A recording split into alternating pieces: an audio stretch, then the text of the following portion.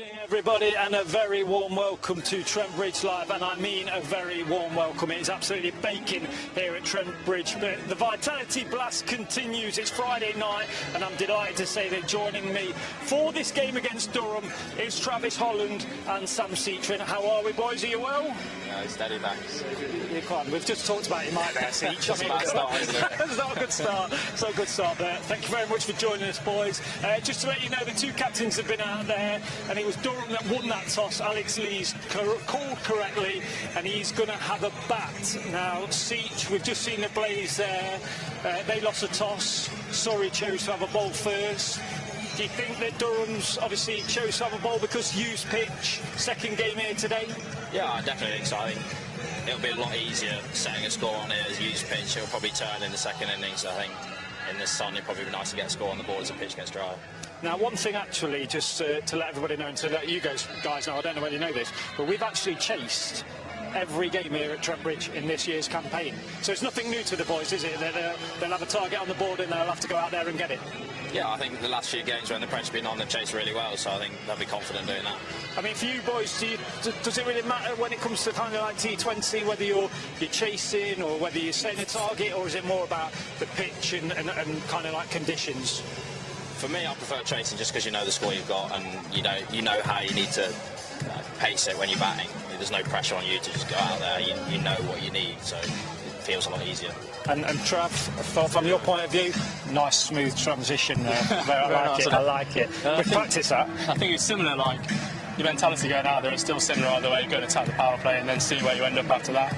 You can go from there, really. I mean, you know, like when you're fielding and let's take Jack Haynes for example, fielding like deep mid wicket, something like that. Do you think he's always looking, obviously, how balls are being delivered, got a great angle there, and kind of just processing and thinking about that for when it comes to bat for him? Yeah, I think that you can get a lot of information out there when you're out there first innings. You also got the keeper who's seeing a lot as well, so you can always tap into him to get a bit of advice on what the pitch is doing. But yeah, you're always looking to see get some sort of advantage, know what's coming.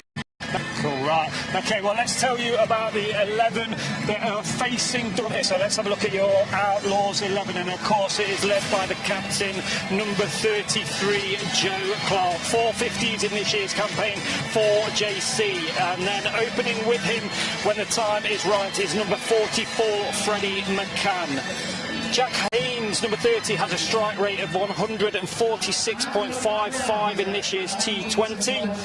And then Moses Enrique, he actually surpassed 5,500 runs in the last game here at Trent Bridge. So well done to Mo. 320 runs so far in this year's Vitality Blast campaign for the wicket-keeper, number 23, Tom Moores. And then he had an absolute mental strike rate of 275 here against the Foxes on Sunday. It is number 95, Daniel Sams. Next up, the all-rounder, number 14, Matthew Montgomery. Best figures of 3 for 20 in the Vitality Blast for number 22, Liam Patterson-White. And then number 31, Calvin Harrison, 12 wickets in this year's campaign for Calvin. Next up, number 9, Ollie Stone. He's got 110 T20 wickets to his name. And then finally, number 18, Dylan Pennington. He got picked up by the Trent Rockets this morning, so he's got a smile on his face. There's Dylan. And that is your Outlaws 11 for this fixture. Travis, a couple of changes there. Freddie comes in at the top of the order. You must know Freddie very well, I imagine you too. What do you think he'll be thinking here Friday night? Big night. Well, he's going to be buzzing for it. He's played a few games, hasn't he? And we played a few games at T20s in the twos with him, and he's gone out and whacked it. I think we played against Durham at their place, and he whacked it against them, so we'll be able to do the same again. So, I mean, I think he's 20 now. Just so calm for 20. All you youngsters, you're very calm. You kind of no pressure. Is that the kind of fun part of being cricketers at that age? No pressure on your shoulders. Just go out there and try and do the best that you can. Yeah, I think so. Especially this T20 stuff, where you know it's sort of you've got there, play all your shots, and maybe it comes off, and maybe take the opportunity. Now, you mentioned about the twos, so let's talk about that, because you made it through to finals day. Got over the line against Derbyshire.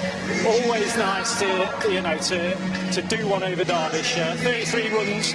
Just talk us through that, Seach, and kind of the campaign that you've had in this second. Yeah, it was something we talked about a lot at the start, that we wanted to go really well, and I think we had a tough start against Durham, and then after that we played some really good cricket in parts, and we won the last 2 games when we needed to, and now we got to finals there.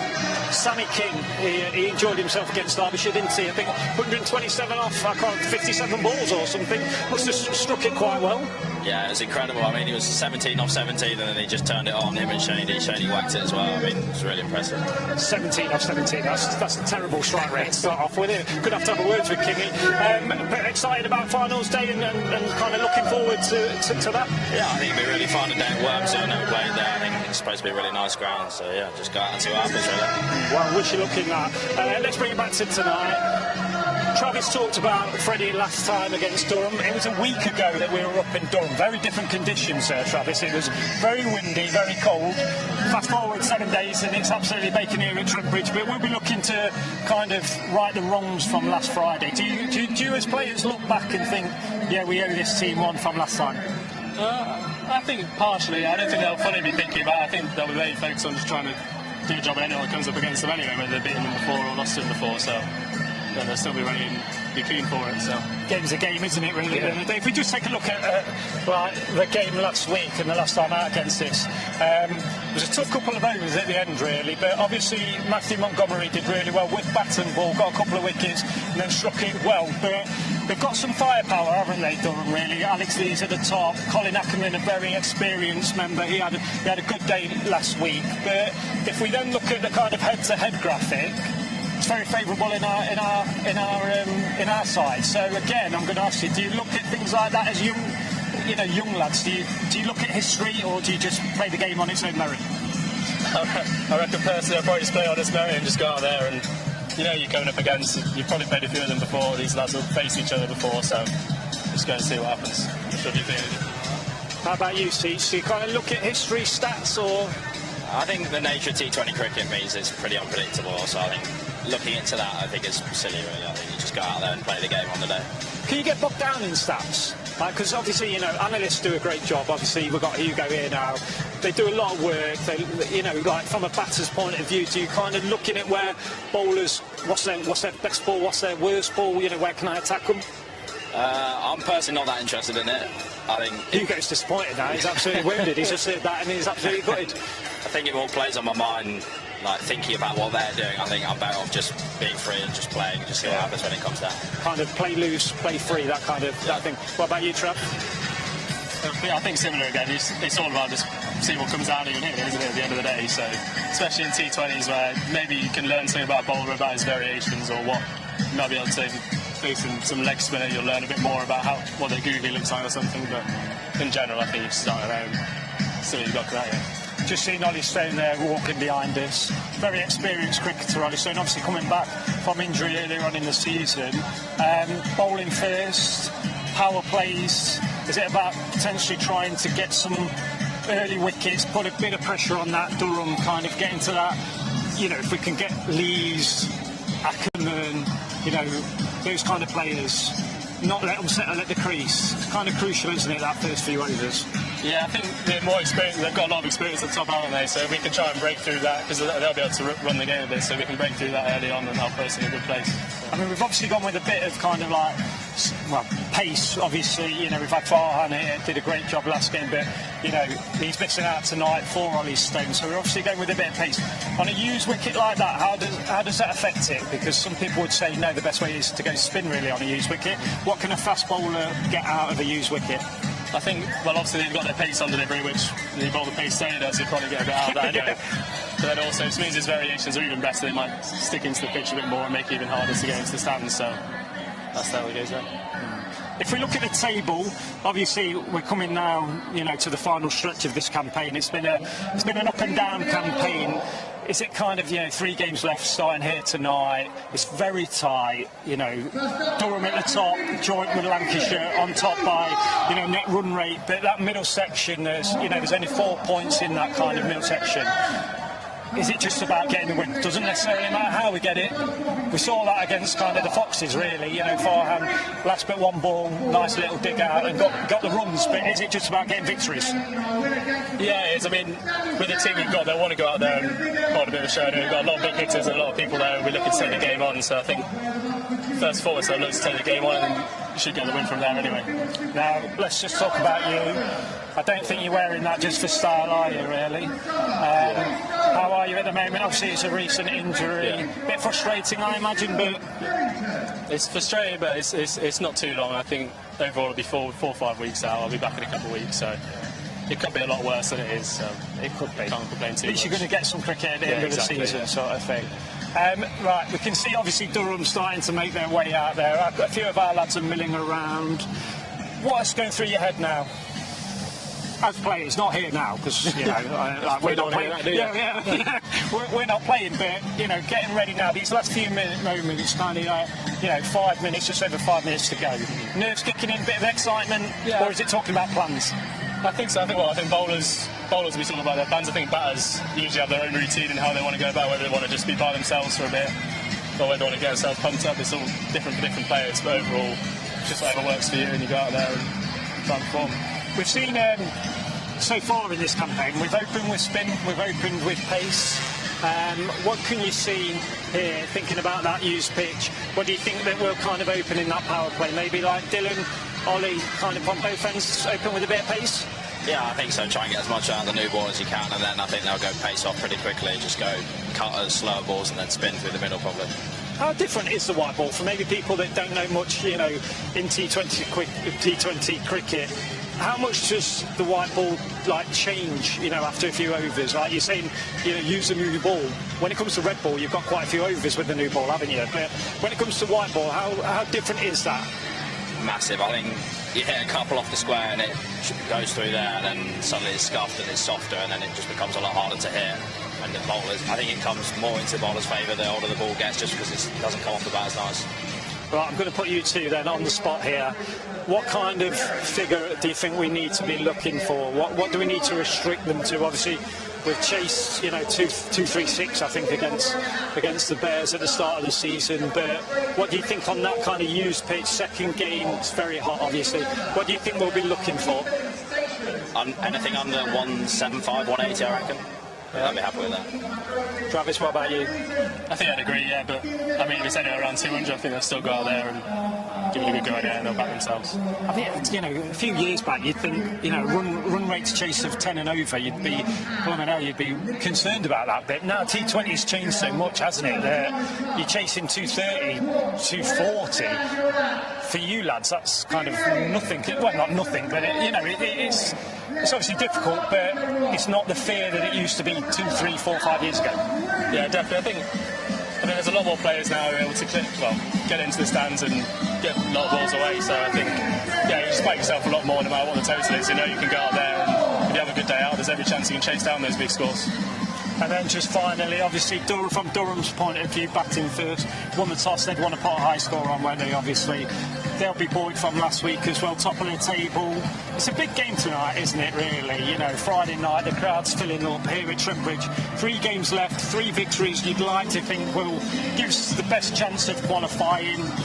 But I don't know, it's getting nervy, isn't it, really? Yeah. I mean, for us, not playing, it's very easy, but for the lads, do you think they will be nervous? Yeah, I think they'll be the same as any other games then, really. You're a bit nervous. It's a nice hot day as well, so that'll change a bit of how they're going about it, but yeah, I think they'll be feeling up for it. So you're going, if we can keep them under 180, 185, gives us a good chance. So name me the bowlers that are going to take the wickets. One name. One name. I reckon Dale Pennington's going to take Dale. I'll go Calvin Harrison through the middle. Nice. 3 foot. Nice. Don't matter who takes them, really, as long as we take them, isn't it, really? Right, OK, we are literally a few minutes away from the players making their way out. The Durham batters are at the top of the steps. The Outlaws boys are forming up. So it's time to get ready for your commentary. And that will, of course, come from the BBC Radio Nottingham team, which is led by the one and only Dave Bracegirdle.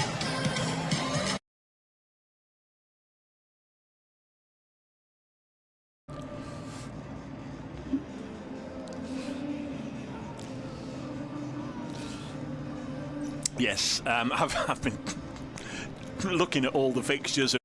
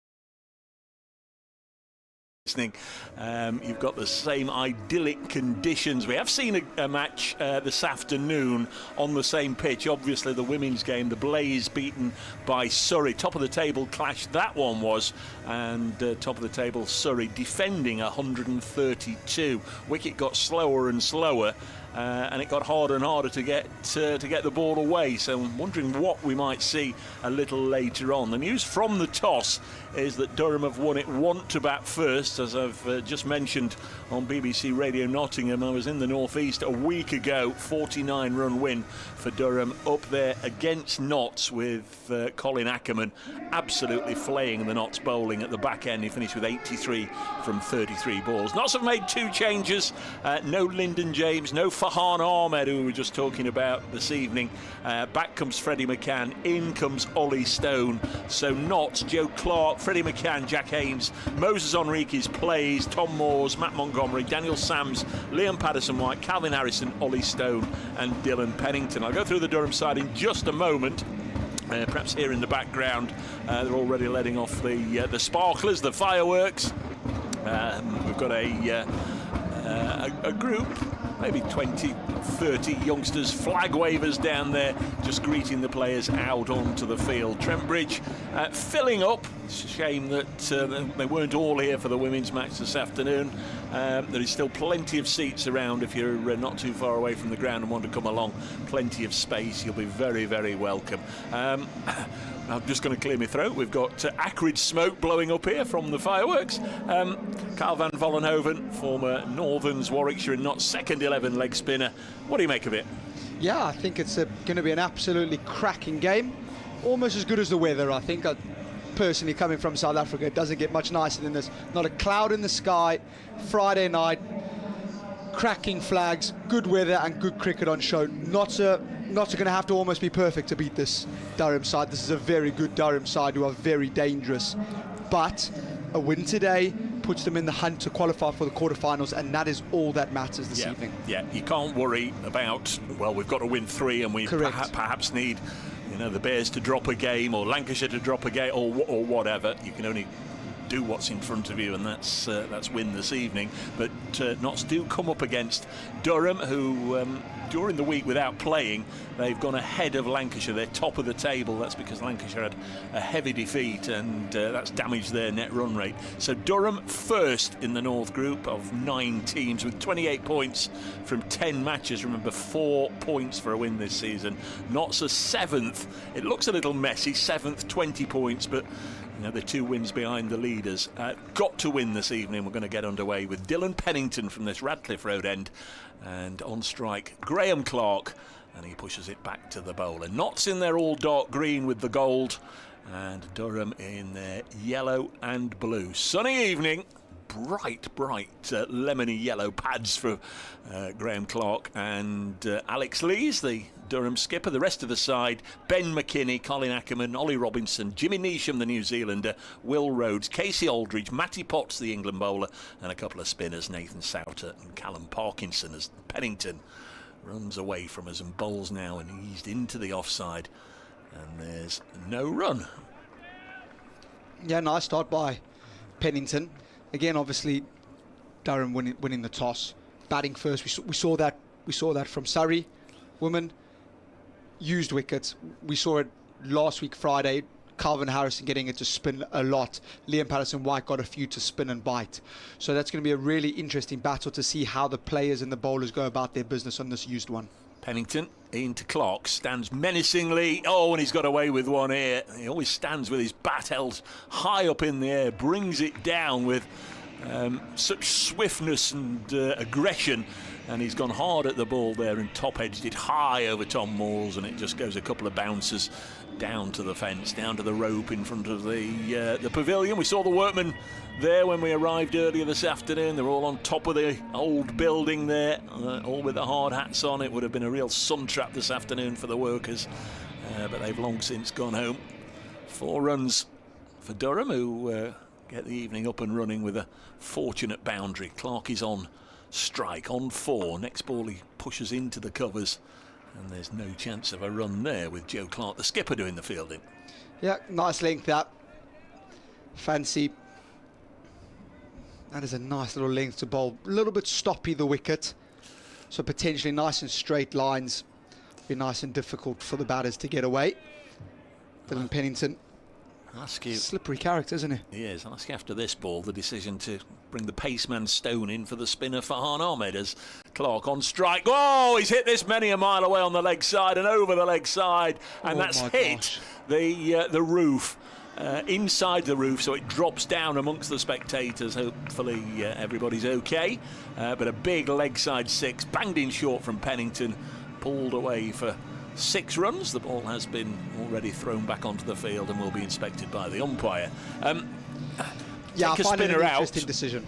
Take a spin. I mean, we were watching it go square. Yeah, early on in the women's match, but we'll have to see. We'll have to wish Ollie Stone well. Here's Pennington. Can he get out the over without any more damage? Hit through the offside. Field in, of course, in the opening 6 overs, and that will run away for a boundary. So it started off all fine and good to begin with, 3 dots, and then a 4-6-4 towards the back end of the over, and Durham will feel that that's satisfactory reward for the opening over of the match. Durham 14 without loss. Yeah, good over that for Durham. Obviously started a little bit slow, but 3 boundaries, 2 fours, and an absolutely ginormous 6 has got them going quite nicely.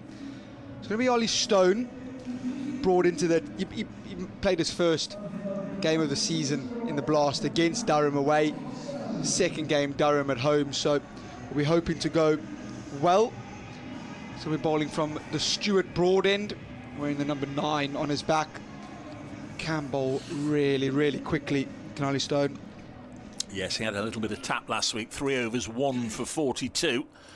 Here he comes then from the broad end, the pavilion end. Bowls now to Alex Lees, the Durham skipper, and he runs this to mid-wicket, and there's no run. Alex Lees on strike. Last week he helped get the innings off to a powerful start for Durham. Scored 77 from 46 balls. Durham made 231 for 5, and Notts were all out for 182.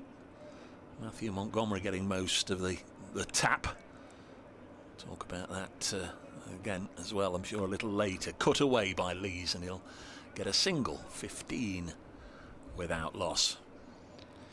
Yeah, Ollie Stone running in hard, what you've come to expect from the tall fast bowler. Just getting a little bit of a polite, please don't run on the wicket from is that Mr. O'Shaughnessy at the far end? Yeah, it is. Yeah. It is. So just a slight ticking off, running down the centre of the wicket. I wouldn't be doing that batting second. Mr. Stone. In fact, sorry, I beg your pardon, just got the binos out. David Milnes is at the far end. This is down the leg side. That'll have to be reloaded from Ollie Stone. So David Milnes, the umpire, spreading his arms out wide. Had a couple of spells here at Notts. Notts lad, born and brought up in Clipston, not too far from Mansfield. And the other umpire, well, yes, it is Steve O'Shaughnessy. standing at point on the Bridgeford Road side of the square rather than at square leg. Stone in again, clipped away, out into the leg side, out to Jack Haynes. Beg your pardon, it's Daniel Sams out there doing the fielding, and they take a single. Sams and Haynes are the two that always wear the white elastic sleeves to protect their elbows and their arms when they're diving about, and if it wasn't one it would be the other. Got a good arm, Daniel Sams. So Ollie Stone halfway through the second over of the innings. He bowls now to Lees, will deflect this behind square on the leg side for a single. 18 with Outlaws. If you're just joining us, it's the T20 Blast cricket from Trent Bridge. Notts Outlaws desperately in need now of going on an unbeaten run in their last 3 matches to have any chance of crashing into the top 4, and they're up against the side that 7 nights ago in the northeast handsomely defeated Notts. Durham are top of the table, Notts are 7th, so a measure of the task. Stone bowls. Graham Clark clips this to mid-wicket, no run. 18 without loss, 1 ball left in the second. This has been good bowling by Ollie Stone. He's just sort of kept it very, very tight. Clark looked to give himself a little bit of room to access the offside. Stone banging it in, just following him. Almost that waist high up past the belly button.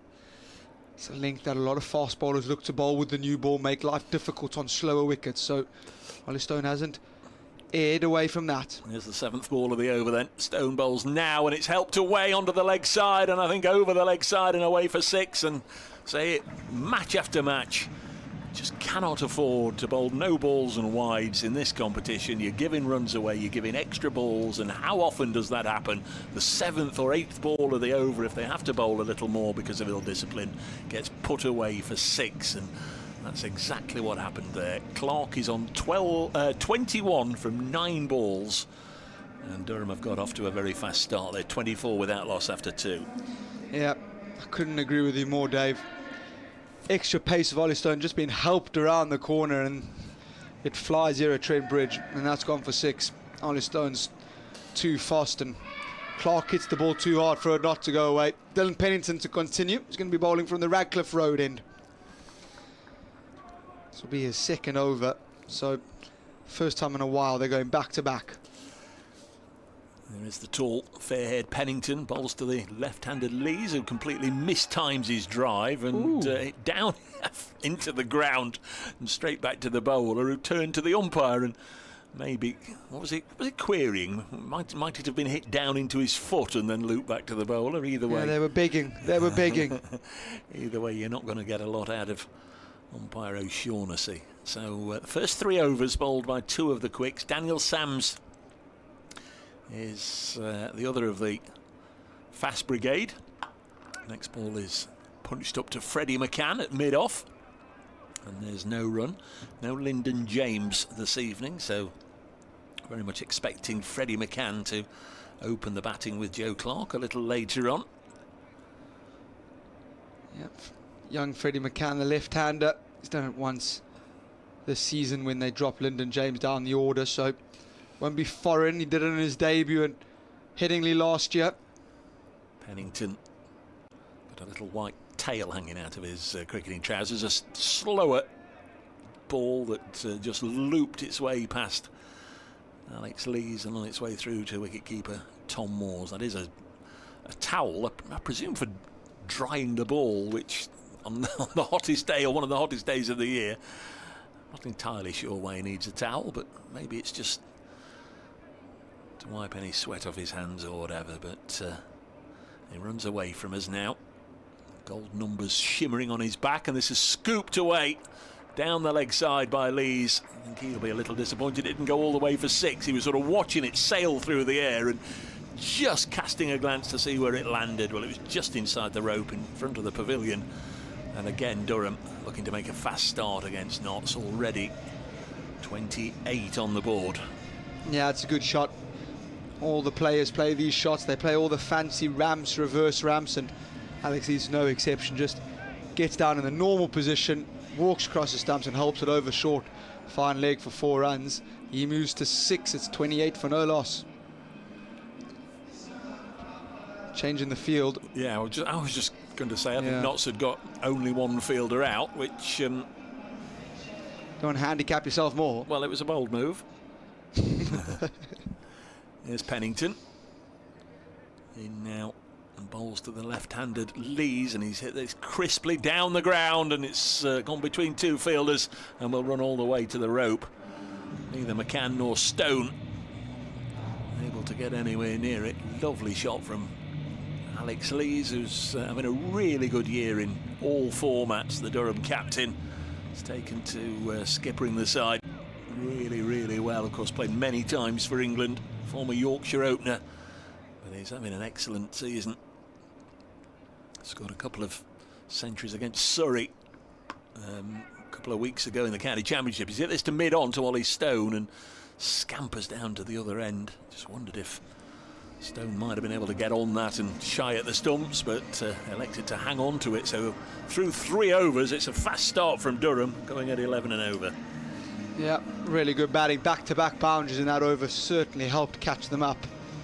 Alex Lees, a ram shot and then a beautiful straight drive to really put some pressure on. We're going to see spin, and won't be for the first time. It'll be very interesting to see how Matthew Montgomery can go here.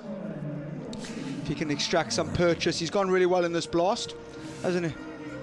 Yes, indeed. Although a week ago found himself in the unenviable position of being asked to bowl the 19th over after Daniel Sams was ordered out of the attack, and he went for 32 runs. Colin Ackerman hitting him for 4 sixes and 2 fours. Really felt for Matthew. He'd done really well for 3 overs, 3 very tidy overs for 18, and came on for his 4th right at the end as Ackerman exploded. Here is Montgomery, bowls now and leads it straight up in the air, and a really simple catching opportunity is comfortably taken by Liam Patterson-White, and Notts have got a wicket. That's a good way to start your evening for Matthew Montgomery. 33 for 1, and Lees has gone to Monty's first ball.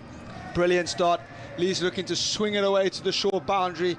Montgomery going normal off spin, has just spun, held up in the wicket, top edge, and Liam Patterson-White takes a good catch. It's a big wicket. Alex Lees can bat. He's gone for 13. It's 33 for 1. Really, really good this.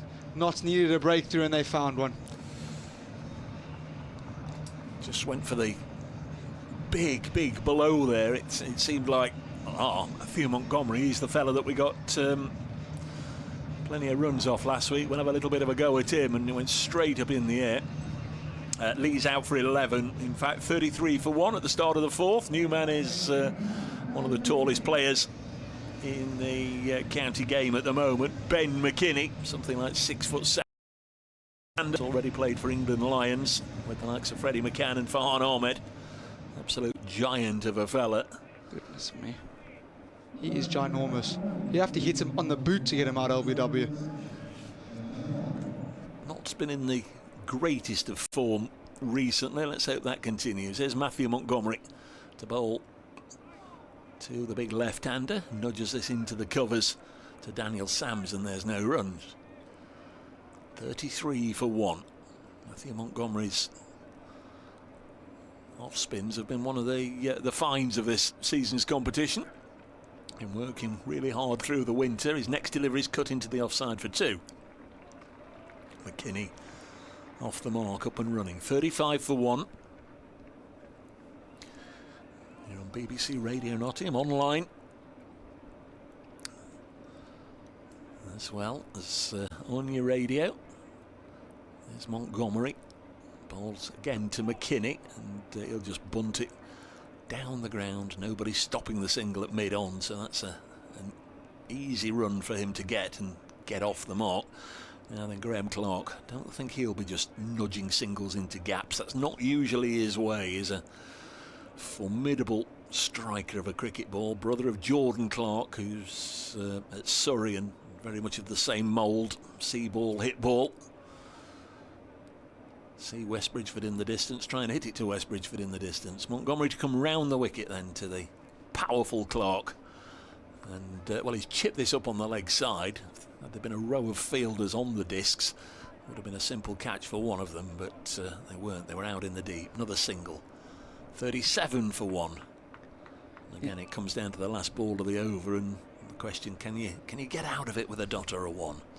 Yeah, tidy over, 4 from it. That's exactly what Monty will try to do. And straight up in the air, and Montgomery is going to begin and end the over with a wicket. Tom Moores with a simple catch, and McKinney has done exactly what Alex Lees did, and Notts have picked up 2 big scalps in Montgomery's first over, and the league leaders are 37 for 2 after 4 overs with 2 atrocious shots from the spin of Montgomery. Yeah, if you had seen the Alex Lees dismissal, well, it's exactly the same as how McKinney has got out here, both looking to swing away to the short boundary, big slog sweep, both getting a top edge. The only difference is Tom Moores caught this one and Liam Patterson-White caught the other one. So Durham lose 2 in quick succession. They're 37 for 2. Monty's got 2, and it's looking like a really good start for the Outlaws. Yeah, I'm just a little surprised that Colin Ackerman hasn't sprinted out to the middle. Former Leicestershire skipper. He very much won the game almost off his own bat 7 nights ago. 83 from just 33 balls, and it was Matthew Montgomery who bore the brunt, as I said, towards the end, going for 32 from 1 over. Wouldn't it be a lovely, lovely way to pay him back if Montgomery can get Ackerman and get him cheaply? But that was the end of the 4th over. Montgomery 1 overs 2 for 4. It's 37 for 2 after 4 Durham, and it's going to be more spin with Liam Patterson-White to bowl the 5th over. Yep, like there's 2 right-handers at the crease, so ball going away from them. Can Liam Patterson-White get a couple to spin? Put doubts in Clark's mind. Clark's on 22. He'll look to go after Patterson-White, and does. Cuts it through the offside and barely moves a muscle. Knew it was 4 from the moment it left his blade, and managed to pick out the gap on the offside. So difficult for the fielding side, whoever they are, in the power play. Where are the 2 out? We've got a long off and a deep square leg. Next ball is clipped crisply to mid-on to Calvin Harrison, and there's no run. Yep, it's a better length that from Liam Patterson-White. The first ball just a little bit too short and easy to cut away. 41 for 2. Clark is on 26, looking menacingly. It's this one straight back to the bowler, who's grateful to get another dot. Durham losing wickets of Alex Lees, their skipper, for 11, and Ben McKinney for 3 in the last over. Liam Patterson-White halfway through the 5th now, bowls to Clark and just manages to get one past the blade and strikes the pad. No chance of a leg by. Good work by Tom Moores. 41 for 2. Moores in a, we call them pink, salmon pink wicket-keeping gloves this evening. Patterson-White bowls, again cut into the offside, but straight to the fielder. No run. This is good from Liam Patterson-White, the bowler. 41 for 2. Now, can he get out of the over with minimal damage? Slow left armour, past umpire O'Shaughnessy, bowls, and Clark comes and hits it straight up in the air towards us, and it'll go all the way for 6. Doesn't reach this deck, but would have landed amongst the spectators in the lower tier of the Radcliffe Road stand. And Clark, just toying with everyone's emotions there, just danced down the track and said, no, you're not going to finish with a dot. Away it goes for 6 runs, but Notts have picked up a couple of wickets in the early power play. 10 from that over, a 4 and a 6 from Liam Patterson-White's first over. 47 for 2. I think Notts will quietly be pleased. Certainly they'll be very, very pleased to have got rid of Lees and McKinney. Talk you through the next few overs. It'll be Carl van Vollenhoven. Yeah, Daniel Sams into the attack. I think Notts will most definitely be pleased. 2 big wickets. 2 left-handers out. Good crowd at Trent Bridge. We usually see the Fox Road stand absolutely heaving, but that's baked in very warm sunshine. So Smith Cooper stand is absolutely packed in the shade. It's nice to see logic has prevailed there. There's some flesh on show, actually. There is. People trying to look for a nice tan, eh, Dave? Before going away for August holidays. Daniel Sams from the Stuart Broad end. It goes full. It's bunted in the air, and oh, that's a screamer! Oh, goodness me, Joe Clark. I think it's Jack Haynes. It's Jack Haynes. He doesn't have the elastic arms on. We did there, though. What a grab that is.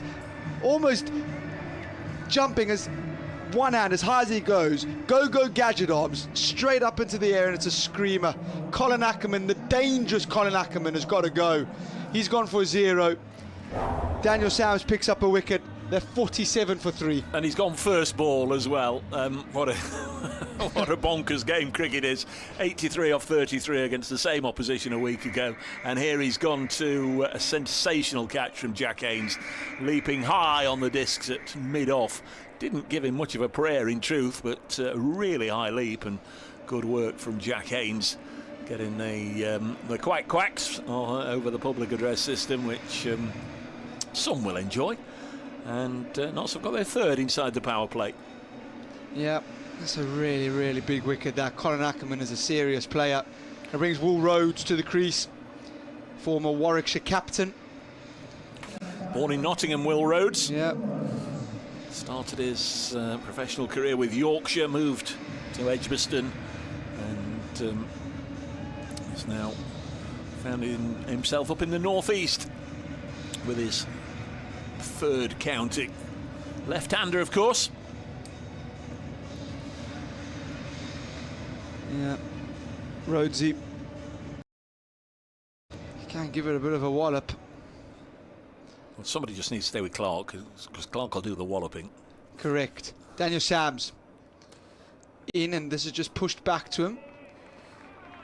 Straight back off the batter's face, the bat, to Daniel Sams' hands. So this is no run. The 4th over of pace out of the first 6 overs of power play.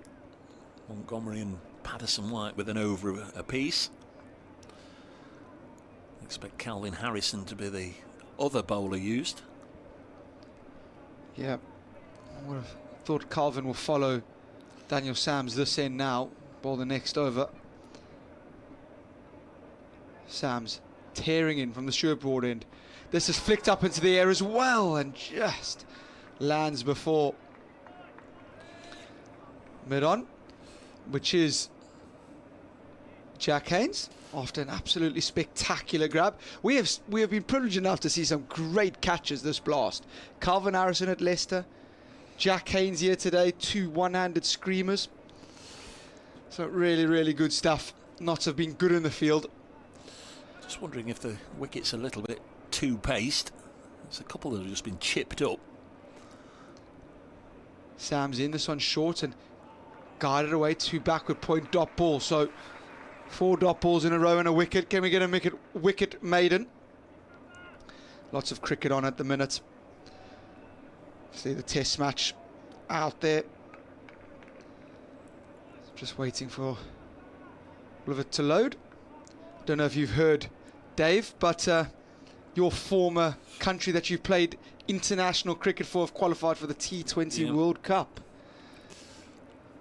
Daniel Sams to continue, slower ball, and this is flicked out to deep square leg, and they'll get through for a single. Spoils the wicket maiden. 48 for 3 now. Yeah, I've had all the messages that Little Italy will play in the next ICC World T20 World Cup. It's a competition taking place over February and March in India and Sri Lanka, and Little Italy will be there against Australia and India and Pakistan and England and South Africa and whoever. They're going to invite the past greats to come and watch? I don't know about that, but very pleased for everybody connected with the side. Yeah, congratulations. Sam's in, goes short, and this is pulled dismissively is probably the word I'm going to use. Off the front foot, as calm as you like, and Clark is, well, he's playing on a different wicket, if I'm going to be honest with you. It's 52 for 3 at the end of the power play. Clark's on 36 of 17. Absolutely chaotic batting. Yeah, 3 wickets in the power play. Stats say you lose more than you win if you lose 3 in the power play. There was a match that started at 5:30. They've still not got any floodlights at New Road. Notts are there next Thursday. Match you can hear, of course, on BBC Radio Nottingham. It's the match between the Pears and the Bears, Worcestershire and the Bears from Warwickshire. And the Bears, the visitors, 166 for 9. Now, they're one of those sides currently occupying the top 4 slots, spots. So, again, that's one of those where if you're looking for a way for Notts just to get themselves up the table, they need to win all the games, but they need a team like Worcestershire to beat a team like the Bears. That would help a little bit. Here's Harrison. Calvin, the leg spinner, in, goes full, and oh, goodness me, that would have been an even better catch.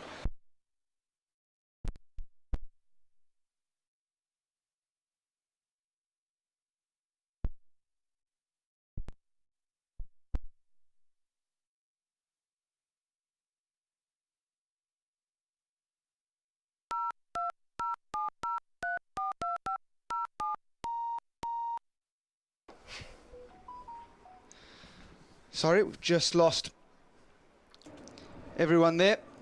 That last one from Calvin Harrison, full toss on off stump, hammered right back at him, stuck one hand up, just didn't stick. Calvin in, and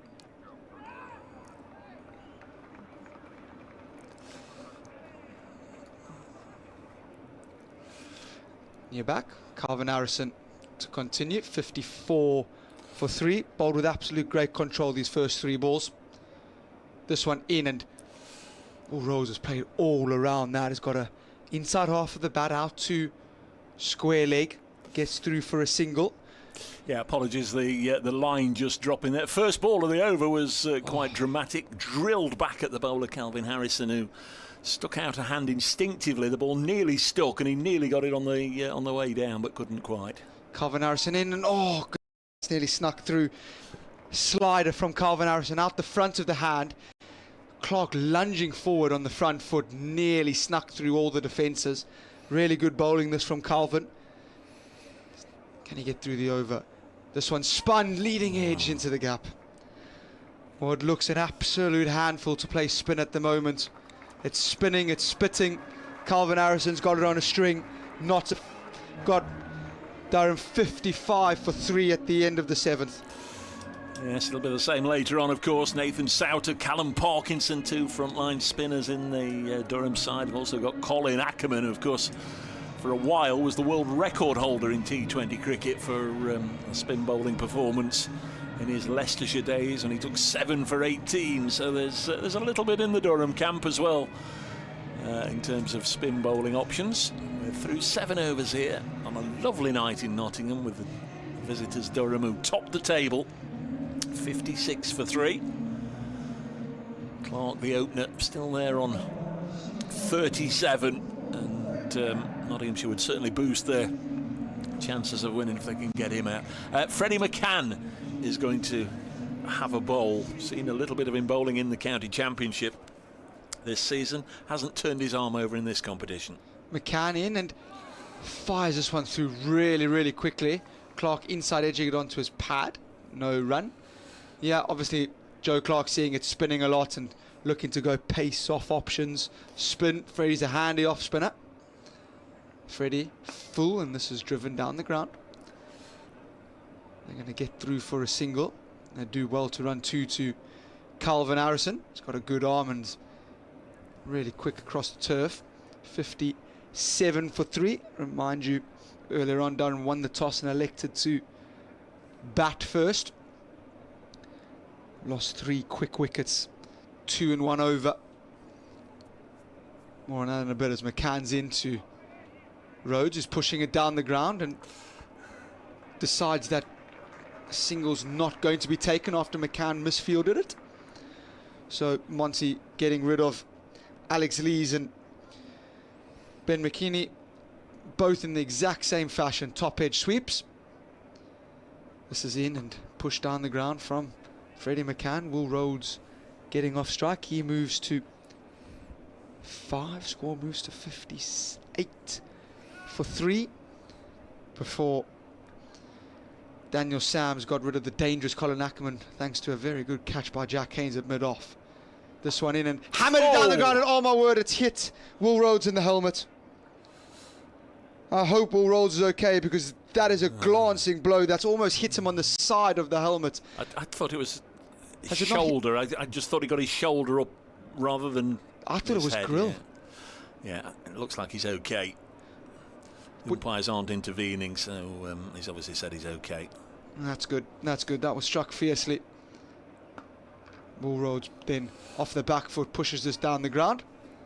Yeah, it was and they come through for a single. Drilled straight back at the field, at the batter, minding his own business at the non-striker's end. It hit with considerable force and might just have knocked his head off otherwise, but clearly saw it coming and just turned away from it. And I think it got him on the shoulder rather than on the helmet. 8 gone, 60 for 3. Durham rebuilding after losing Lees for 11, McKinney for 3, and Ackerman without scoring. 60 for 3 after 8. Yep, 2 overs, gone for 8 runs, so really, really tidy, not pulling it back. Stemming the flow of runs here. Calvin Harrison to continue. I wonder how long it's going to be until a googly's thrown in there. Try to get Will Rhodes not to pick it. Harrison in. This is the googly, and Will Rhodes didn't pick it, and it goes through to Tom Moore's no run. Or bowled Calvin. So the googly is Mr. Leg Spinner. So your normal leg spinner is the ball that will spin away from the right-hander into the left-hander. The googly just goes the other way. This one full. Will Rhodes pushing it out to deep backward square. So for all intents and purposes, the googly spins the opposite way to the leg spinner. Then you obviously have the slider, which goes on straight. Again, it's in the name, slides on straight. Shane Warne called it the zooter and all the other thing. This is into the wicket from Calvin Harrison and pushed down the ground by Clark, who's slowed up a little bit now. He's 40 off 23. He was 26 off 11, I think, at a stage. So it's now 62 for 3. Knots are doing really well just to hold back this innings. The run rate dropped down to 7.5. Just below 7.5. Calvin Harrison in. Googly again. And Rhodes just knocks it down the ground to Haynes, who does the fielding. 63 for 3. And he's just got a little bit of a ticking off. The umpires don't like the ball bouncing more than once. So just... Jack, please, can you keep the ball up? Yeah, the trouble is with a setting sun, it's difficult if you're throwing it in from the deep. I agree. I think it's to be honest, I think it's a really harsh rule. Calvin, this has spun an absolute mile. It's squared Clark up considerably, and it's come off the outside edge of the bat down to third man, and they scamper through for a single. That has gone a lot. Nathan Souter is going to be licking his chops at that one. 64 for 3. Clark 41. Full and driven down the ground. Haynes does the fielding, and they aren't able to get back for 2, so that's good work. The Trent Bridge faithful understand that. They see that Notts are working really hard and doing a good job. So at the end of the 9th, Durham are 65 for 3, and Notts have done really, really well to pull this game back to where it needs to be. Yeah, Captain Joe Clark switching his bowlers around with great regularity. 7 different bowlers have been employed. Just joining us, Notts making 2 changes. Freddie McCann in for Lyndon James. We presume that Freddie will open the batting with Joe Clark a little later, and then just a little bit of a change in the bowling attack with Ollie Stone coming into the 11. Farhan Ahmed omitted. Matthew Montgomery's first over was eventful. What will his second bring? Matthew Montgomery running in with the ball behind his back. He's getting Will Rhodes off the front foot to push it to Joe Clark at extra cover. No run. Yeah, change of action really this season for Matthew Montgomery. Ran in like a normal off spinner, normal conventional off spinner that you would get.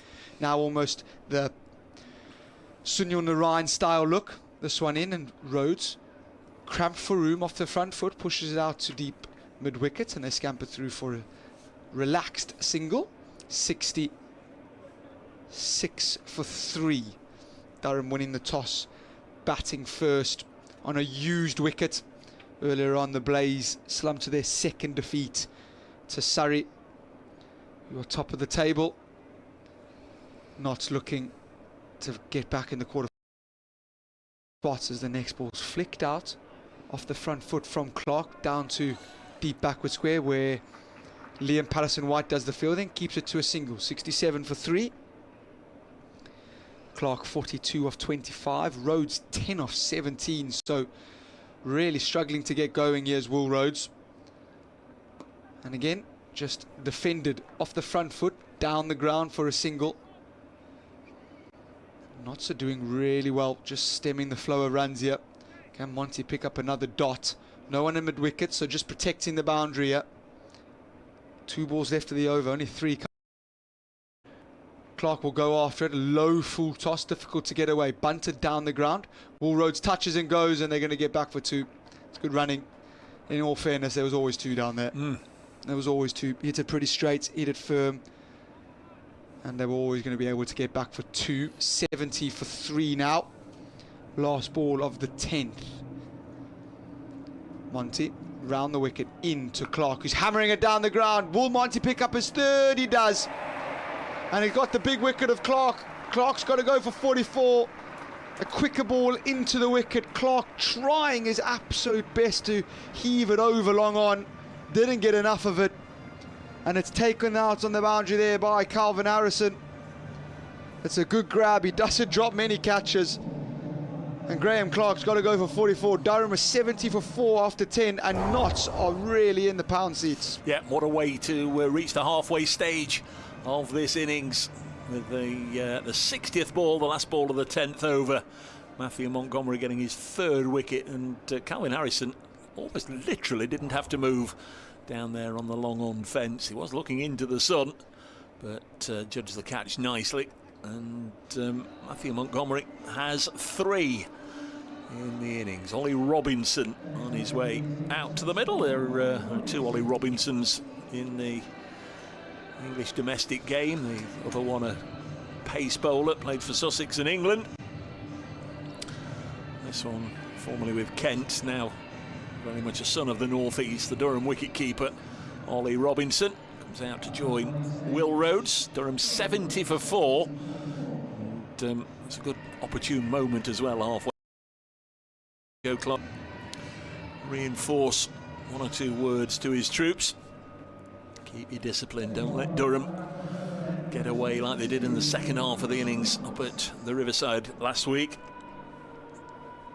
Liam Patterson-White to bowl what will be the start of the 11th over. Overall in heads-to-heads since this competition started way back in 2003, Notts 21 wins, Durham 13. In matches that have been completed here at Trent Bridge, Notts dominant, 12 wins to Durham's 5. Here's Patterson-White round the wicket to the left-handed Rhodes, who gets this one thudding into his pad, and yeah, it'd be a leg by. 71 for 4. Durham the last one here in 2019. Notts then won 4 in a row. And last year, I'm afraid, the rain spoiled everyone's fun. Just had 5 overs of cricket before it was washed away. Got a slip in there to the new man, Ollie Robinson. I like this. Aggressive captaincy. Patterson-White round the wicket to the right-hander, and lovely delivery. This is what we're talking about. Pitched and just turned, nipped away from the right-hander, and Tom Moore's all-in-one was clipping off a bail and celebrating and appealing, and lots of animation out there. Patterson-White in again to Ollie Robinson. This one's too close to his pad, so he works it down the ground, and there'll be just a single. Jack Haynes coming in from the long-on fence to field. 72 for 4. This is good bowling by Liam Patterson-White, mixing up his pace and length quite nicely, not letting a batter just stand and deliver, keep him getting. There he is again, bowls to Will Rhodes, turns this on the leg side. It's an amazing game here in 2017 when Alex Hales and Ricky Vessels put 106 on in the power play. Yeah, in the 6-over power play. This is hit down the ground for a single. 74 for 4, phenomenal hitting. Hales went on to make 95.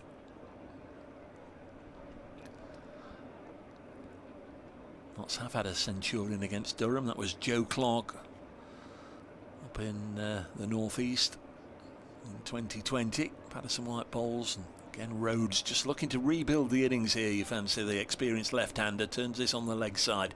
Decent over in truth from Liam Patterson White, who's through 2 overs for 14, just 4 from that one. 75 for 4, in fact 4 from the bat and the 1 leg by, so 75 for 4 after 11. Yep, Notts just looking to keep Durham under as much pressure as they can. Don't fancy that as much on what looks a difficult wicket to get yourself in on. Matthew Montgomery's going to bowl out here. I beg your pardon, Matthew Montgomery's got 1 left after this. He's taken 3 wickets, been absolutely phenomenal. Bowling to the left-handed Rhodes. His figures are 3 for 9. Bowls now, and Rhodes gets this down the ground just to the onside of straight. He was looking to pull the ball, but got it a lot straighter than I'm sure he would have imagined, but I don't mind if you get the single. Second time this season that Montgomery has taken 3 wickets in an innings, 3 for 22 at Northampton. There is best T20 figures. Very proactive here in setting his own field to the right-handed Robinson. Fresh out in the middle. Here's Montgomery bowls on the leg side, and this is pulled away for 6. Too short, and Robinson quickly seized on that. For somebody who's only just arrived in the middle, that was a nice, sweet bit of timing. That would have felt good as it left the bat and made its way 1 bounce into the wall in front of the Fox Road stand for 6. Yeah, good shot, quick on his feet, used the depth of the crease really well. Matthew Montgomery a little bit too short and too straight, and easy pickings for Robinson. Montgomery in again. This time he goes through the offside to the shorter boundary. Protection out there, only a single. 83 for 4 Durham. Losing Lees for 11, McKinney 3, Ackerman Norton. Most recently the dangerous Graham Clark, who'd made a quick fire 44. There's Montgomery to Rhodes. Again, he's just content just to bunt the ball down the ground for a single. Rhodes not going particularly quickly at the moment, 15 from 23, but if he stays there he will pick up the tempo. Montgomery bowls. Nice shot again from Robinson, who's been full of positivity since arriving in the middle. 2 more. 86 for 4. Just getting this partnership going at a decent lick here. 16 from 11 since they came together. Montgomery round the wicket. Robinson chipped this up in the air, but won't quite carry to the fielder out there, Harrison, and they get back for a second again. So 88 for 4 after 12. 13 from that over. Yeah, good batting, good batting. That from Robinson, just looking to hit inside out over extra cover to the shorter boundary. It's a risky shot with the ball spinning in as heavily as it is, but it really is a good bit of batting and good execution. 88 for 4. Currently we don't have a bowler, but it is going to be Calvin Harrison. He's going to be bowling his 3rd over. We've seen a lot of spin. We've seen 3 overs, 4 overs of pace, and the rest have been spin so far out of the 12. Calvin Harrison here to Rhodes. So far 0 for 9 in his 4. Leg break and googly bowl is what has just come up on the screen as. Harrison tossing the ball from hand to hand, and then bowls now a vigorously, sharply turning leg break into the left-handed Rhodes, chopped out onto the offside. 88 for 4. Master of his craft, Calvin Harrison. Balls again, and the leg break is hit down the ground to Jack Haynes on the bounce. and a long throw in from deep. 89 for 4 in the 13th over. Durham winning the toss, wanting to bat first, put runs on the board and do as they did last week, just try and defend. Harrison to Robinson, swept away for a single. Backing up a long way, aren't they, the pair of them? Yeah. And the running's good, the calling's good, good understanding. Not just in this little phase of the match, unable to put the brakes on. 90 for 4, midway through the 13th. Next ball is swept up in the air. It goes over Tom Moore's. Whether it was off the bat, I'm not entirely sure. No, it's given as a leg by. But Tom Moore's didn't know where it had gone. I don't think I knew where it had gone. Leg by. 91 for 4, Durham. Yeah, difficult one for Tom. Almost one of those ones you just lose sight of it completely. Harrison in again to Robinson. Low full toss. Hit down over the parched dry outfield for a single. Applause from the Notts supporters. They know how important this is. Notts to have meaningful contests. Their last 2 matches. Really need to win this one and just hope for a little bit of luck maybe elsewhere as Harrison bowls and Rhodes plays it back to the bowler on the bounce. 92 for 4 after 13. Calvin Harrison, 3 overs, none for 12. I mean, that wouldn't look out of place in a county championship game, would it? He'd maybe be a little bit disappointed, but 3 overs, none for 12 in the blast. Terrific. 92 for 4, Durham after 13. Fantastic bowling, Calvin Harrison, just changing it up so nicely. Big spinning leggies, quicker sliders, slower leggies, googlies, really difficult to set. Rhodes was struggling a little bit, 16 of 27. Durham 92 for 4. We're going to see Fost bowling. Daniel Sams from the Stewart Broad end. Yes, Daniel Sams, who was, I'm afraid, taken out of the attack a week ago. We had a little bit of rain, and I can only presume the ball was a little bit greasy, like a bar of soap.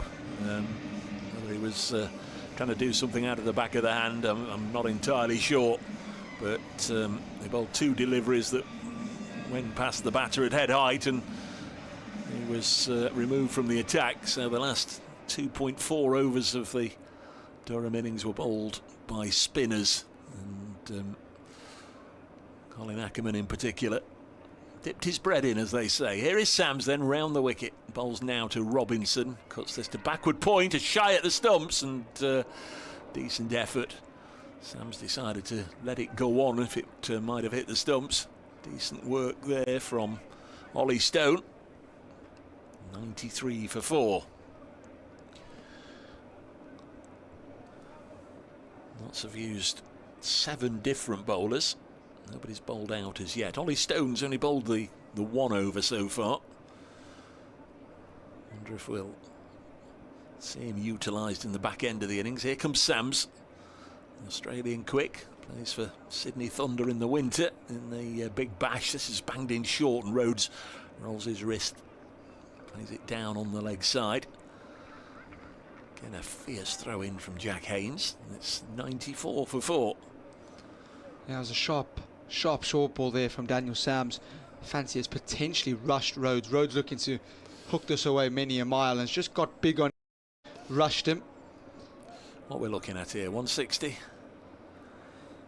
Yeah, I would have thought so. That's Notts will be happy with that. Sams into Robinson, and played in the V, down the ground for a single. 95 for 4. I think anything under 150, Notts will be winning. Yeah, under 150. I think anything over 160, they might be a bit worried. I think between 150 and 160 is probably par. Anything over that, it's going to be tough going. Anything under that, it's going to be tough going to defend, I would have thought. You've heard it here first. Here comes Sams halfway through his 2nd over. Bowls now, and well, it's called a wide by umpire David Milnes at the far end.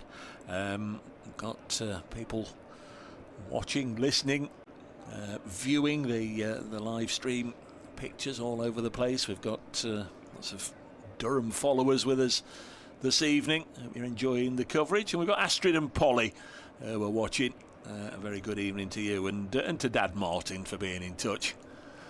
96 for 4 here at sunlit Trent Bridge as Will Rhodes nearly swings himself off his feet and has dragged on the leg side. Again out to Haynes, 97 for 4. Yeah, frustration just getting a little bit of the better of Rhodes there. Rhodes looking to pick up a boundary and losing his shape completely and utterly. Looking to hit this for 12 and only gets it away for 1, 97 for 4. Notts have done well just to keep the squeeze on. Yeah, haven't bowled many bad balls. Round the wicket comes Sams, and he had Robinson in 4 different changes of mind there, and eventually they get a leg by. He went to drive it, pull it, hook it, shove it, block it. In the end it just struck him, and Will Rhodes galloped down to this end. The Patterson Whites are watching in a bar in Tunisia, so good to have you with us, everybody. Thanks for getting in touch, Dan. Your boys, as always, going well. 98 for 4. Rhodes 18, Ollie Robinson 17. BBC Radio Nottingham at the cricket at Trent Bridge with Daniel Sams bowling to Will Rhodes. Got hold of this on the leg side. There's Haynes. What a catch! Wonderful work in the deep. Super cricket from the Outlaws, and that's another important wicket. Will Rhodes goes to Jack Haynes, who can catch pigeons. Wonderful catch, 98 for 5. That's an absolute screamer again. That's his second one of the day. Running around to his left, diving, takes the catch shoulder height in midair. Beautiful catch. Will Rhodes has got to go. He's gone for 18. Tried to rebuild the innings as much as he possibly could, but take nothing away from Jack Haynes, who has made that look a lot easier than it actually was. He's run 20 yards there to his left. He's picked up a big wicket there as Daniel Sams is 98. Rhodes 98 for 4. All Rhodes has got to go. Really good catch. That's brilliant. Brilliant. To describe it, he was on the run, full tilt, going to his left, had to be aware of where the boundary rope was for a start, and then dived full length to take the catch. Getting rid of Will Rhodes for 18. Liam Patterson White, whose family are watching in Tunisia. We'll be wishing him well as he comes in round the wicket and bowls now, and a play and a miss from Ollie Robinson. Jimmy Neesham, New Zealand international, is the new man at the non-strikers end. T's been in touch. Lovely to hear from you. And Steve Battlemuch, after a turbulent day in the life of a Forest fan. Nice to be with you with the cricket. Next one's pushed to backward point. Harrison there doing the fielding. Not's trying to put the squeeze on here at 98 for 5. Yeah, that's great bowling. Really good. Robinson just looking to go with the spin through the covers. Patterson White bowls and a reverse. That's nicely played from Ollie Robinson. He's got all the shots. High quality player, Ollie Robinson. He has been mentioned in dispatches. So many players get mentioned in dispatches with regards to England, having the game for England. Scored an absolute ton of runs and more since moving from Kent to Durham. But there's a top order batter as well. Generally delivers when Durham need him. A nice little reverse away for 4 there. He's on to 21. That's the 100 up in the 15th. 102 for 5.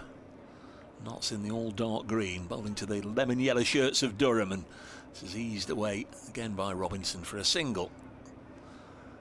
Moves to 22. 103 for 5. Alex Lees won the toss. Opted to bat first.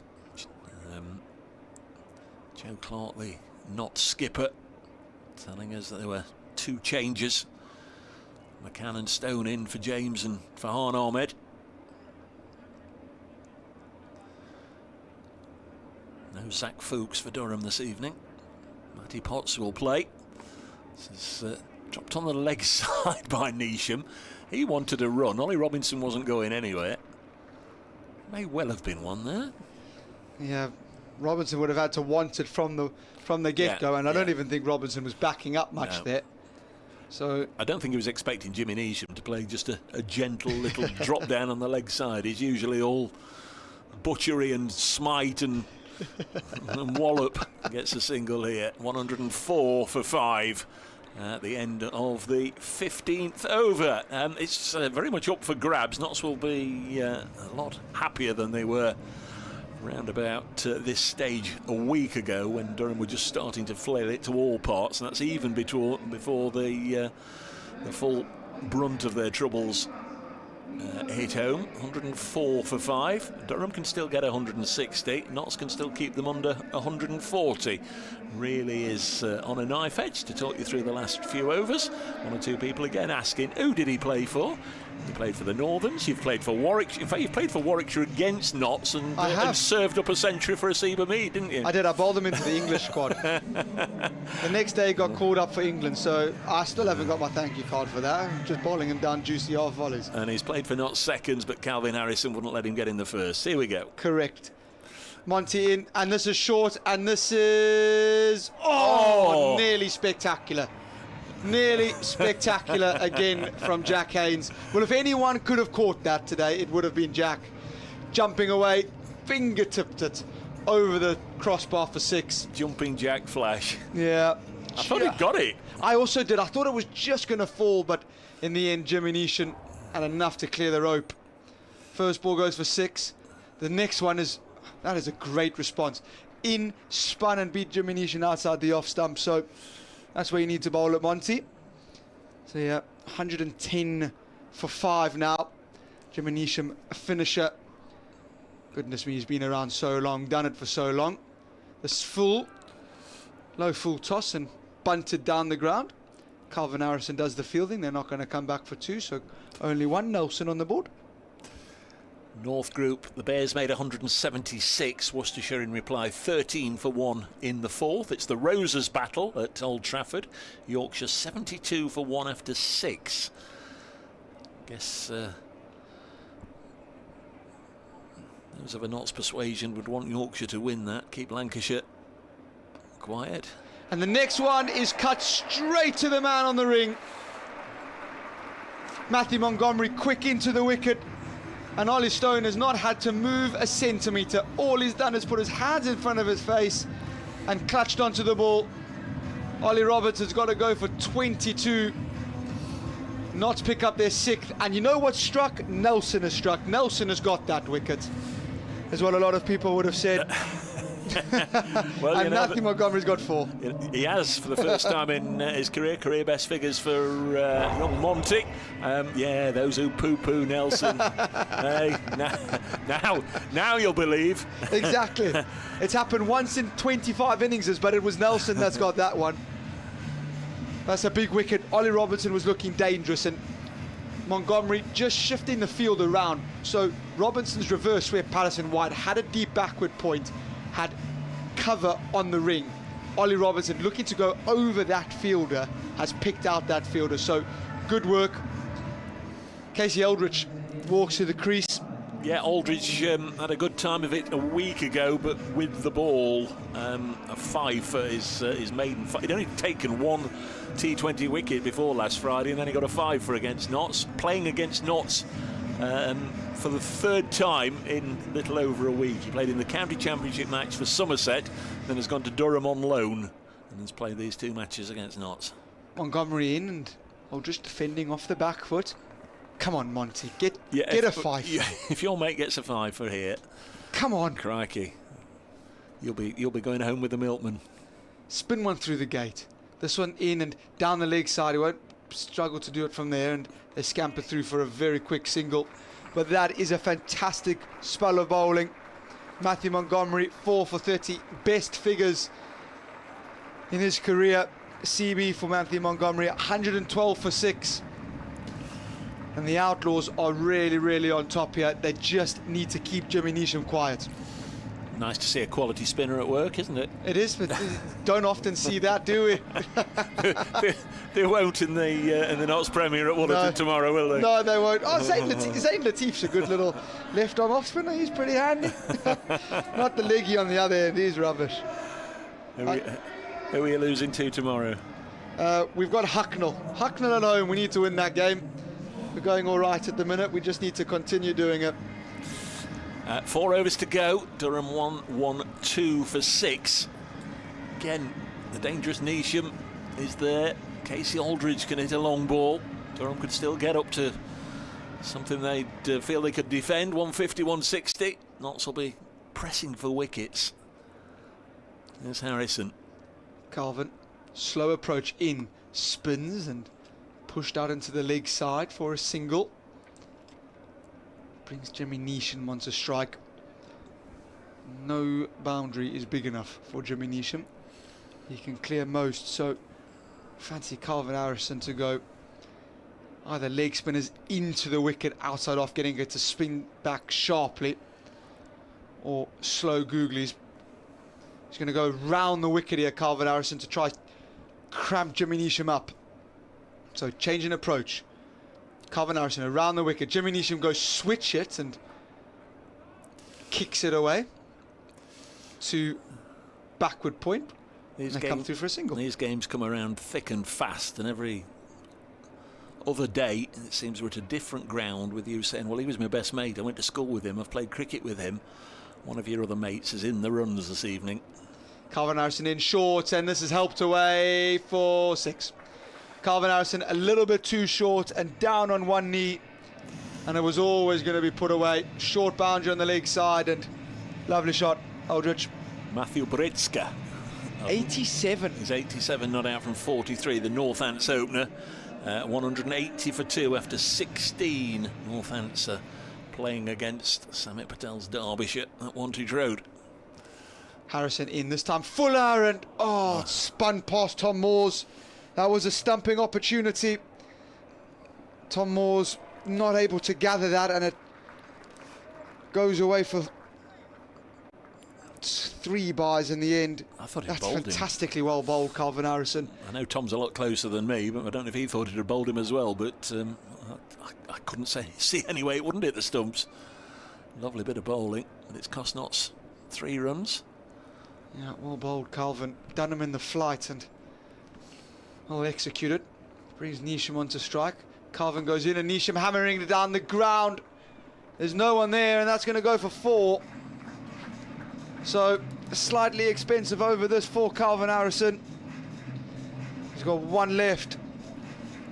This over has ended up going for a fair few. What do you define as a slightly expensive over? Because it's gone for 15 with 1 ball left. I'd say anything over 10 is a slightly expensive over in the context of the game today.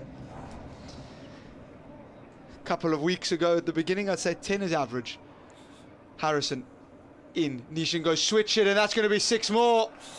This is now a huge over. That is an outrageous shot, Jimmy Neesham.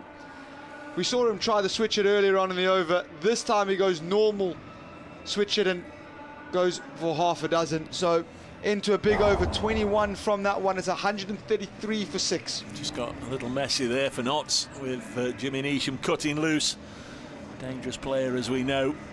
Of course, it's a different game nowadays, isn't it? Where get somebody out there, and he might be a left-hander, but he's played that as well as any right-hander could play it. Just a right-hander would have clipped that way off his legs and away for 6. Neesham very quickly into the switch hit position and got it away.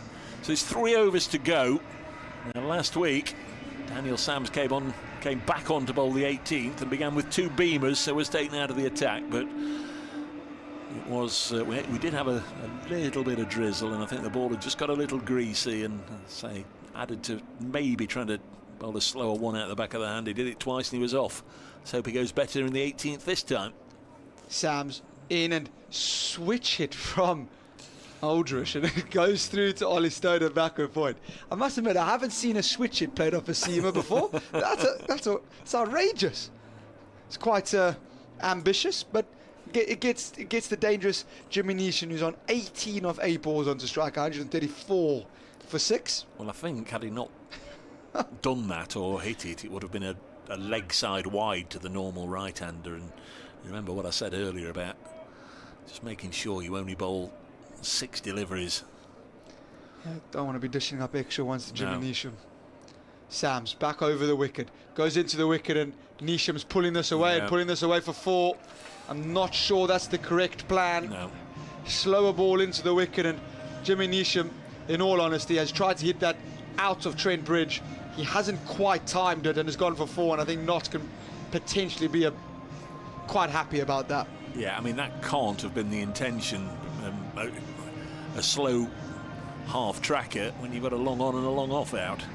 No, I think he's just mis-executed that, hasn't he? So, long off, long on, deep mid-wicket, deep backward square leg, and sweeper on the offside out. Australian to New Zealander, they love the battle. They do indeed. Daniel Sams in, goes full Yorker, nice and straight, and this is flicked out to deep square leg. 1 run.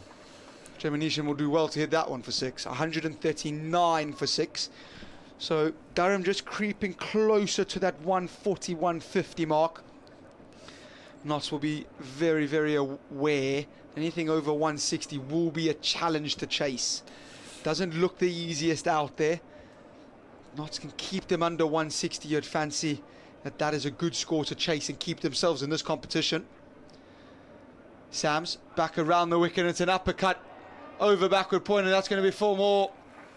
It's a really good shot by Casey Aldrich, off the back foot with a straight bat over backward point. Lovely. Just looking at Dylan Pennington getting himself ready for a bowl, no doubt. It's only 2 overs after this one. If Pennington has over 19, that would be his 3rd.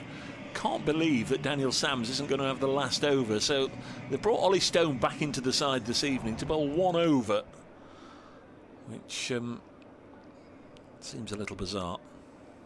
Sams in again, goes full, Out. strikes him on the pad. Surely that's out. That is out. Umpire Dave Bracegirdle, as easy as that, triggers him. 143 for 7. Yeah, if you're not giving those, you're not playing the LBW law, are you? It would have hit middle 6 inches up, I think. Played all round a full straight one from Sams. Not needed the wicket. Ideally, they'd have liked, if given the choice. I mean, that's not how it works, but given the choice, they'd have liked it to have been Jimmy Neesham, I'm sure. But Casey Aldridge, nonetheless, on his way back, made 13 from 8 balls with a 4 and a 6. So he did a little bit of damage there. 143 for 7. As Matthew Potts might be a little miffed that he's not involved in the Test series at the moment. Yeah. I always think he's a fabulous player. But Bryden Carse, of course, and Ben Stokes representing the North East. But Matthew Potts, fine servant of Durham, and I think he'll be a handful on there. I expect we won't be seeing him bowl too many 7 or 8 ball overs later on either. 143 for 7, 1 ball left in this one. Daniel Sams 3 for 20 so far. He's bowled really nicely again this evening. Really liked his change-ups. And of that 20 runs, he's gone for 10 in this over. So here we go. Daniel Sams. Can he pick up another one? Flicked out by Matthew Potts out to deep at wicket, where Calvin Harrison will do the fielding, and will keep Matthew Potts on strike for the first ball of the 19th. So at the end of the 18th, it's 144 for 7. Sam's wicket in that over. Yeah, 3 for 21. These are his best figures for Notts. First time he's taken 3 wickets for Notts in the competition. Had a lot of twofers. Got Kiss Cam up on the screen. I hope they don't point it in our direction, Kyle. 144 for 7. Me too, Dave. With 2 overs left. And it's not going to be Dylan Pennington, it is going to be Ollie Stone. So that makes more sense, really. But then does that mean that... Well, I don't know. I don't know. Are you not going to get your 4th over from Sams, or you're only going to get 2 overs from Pennington? Not entirely sure. Certainly didn't make a lot of sense bringing Ollie Stone back into the side this evening for just his second match of the year and only giving him one over. Stone from the Radcliffe Road end, running away from us, and Potts has hit this straight in the air. Stone will do really well to catch this, and Stone has taken it. That is a screamer. Wow. Ollie Stone has run in, bowled the ball. Matthew Potts top-edged it. He stopped, turned, run to his right, and has caught it on the 30-yard circle at mid-wicket. That is an absolutely phenomenal caught and bowled, and in the scorebook, all it will say is caught and bowled, and they'll think it's a simple chip back. Oh, you should sell memberships off that catch. That was wonderful from Ollie Stone. Had to run miles. I thought it was going to land in the middle of a Bermuda Triangle of no fielders there. There was your deep mid-wicket rushing in, your long-on rushing in, and Ollie Stone took it upon himself, having delivered the ball. I mean, remember, he's a fast bowler, so he's got to go a long way down, having released the ball in his follow-through, but he turned and he rang back and he caught it on the 30-yard disc at mid-wicket. It's a sensational catch from Ollie Stone. Really, really good bit of work. Really, really good bowling, really good fielding.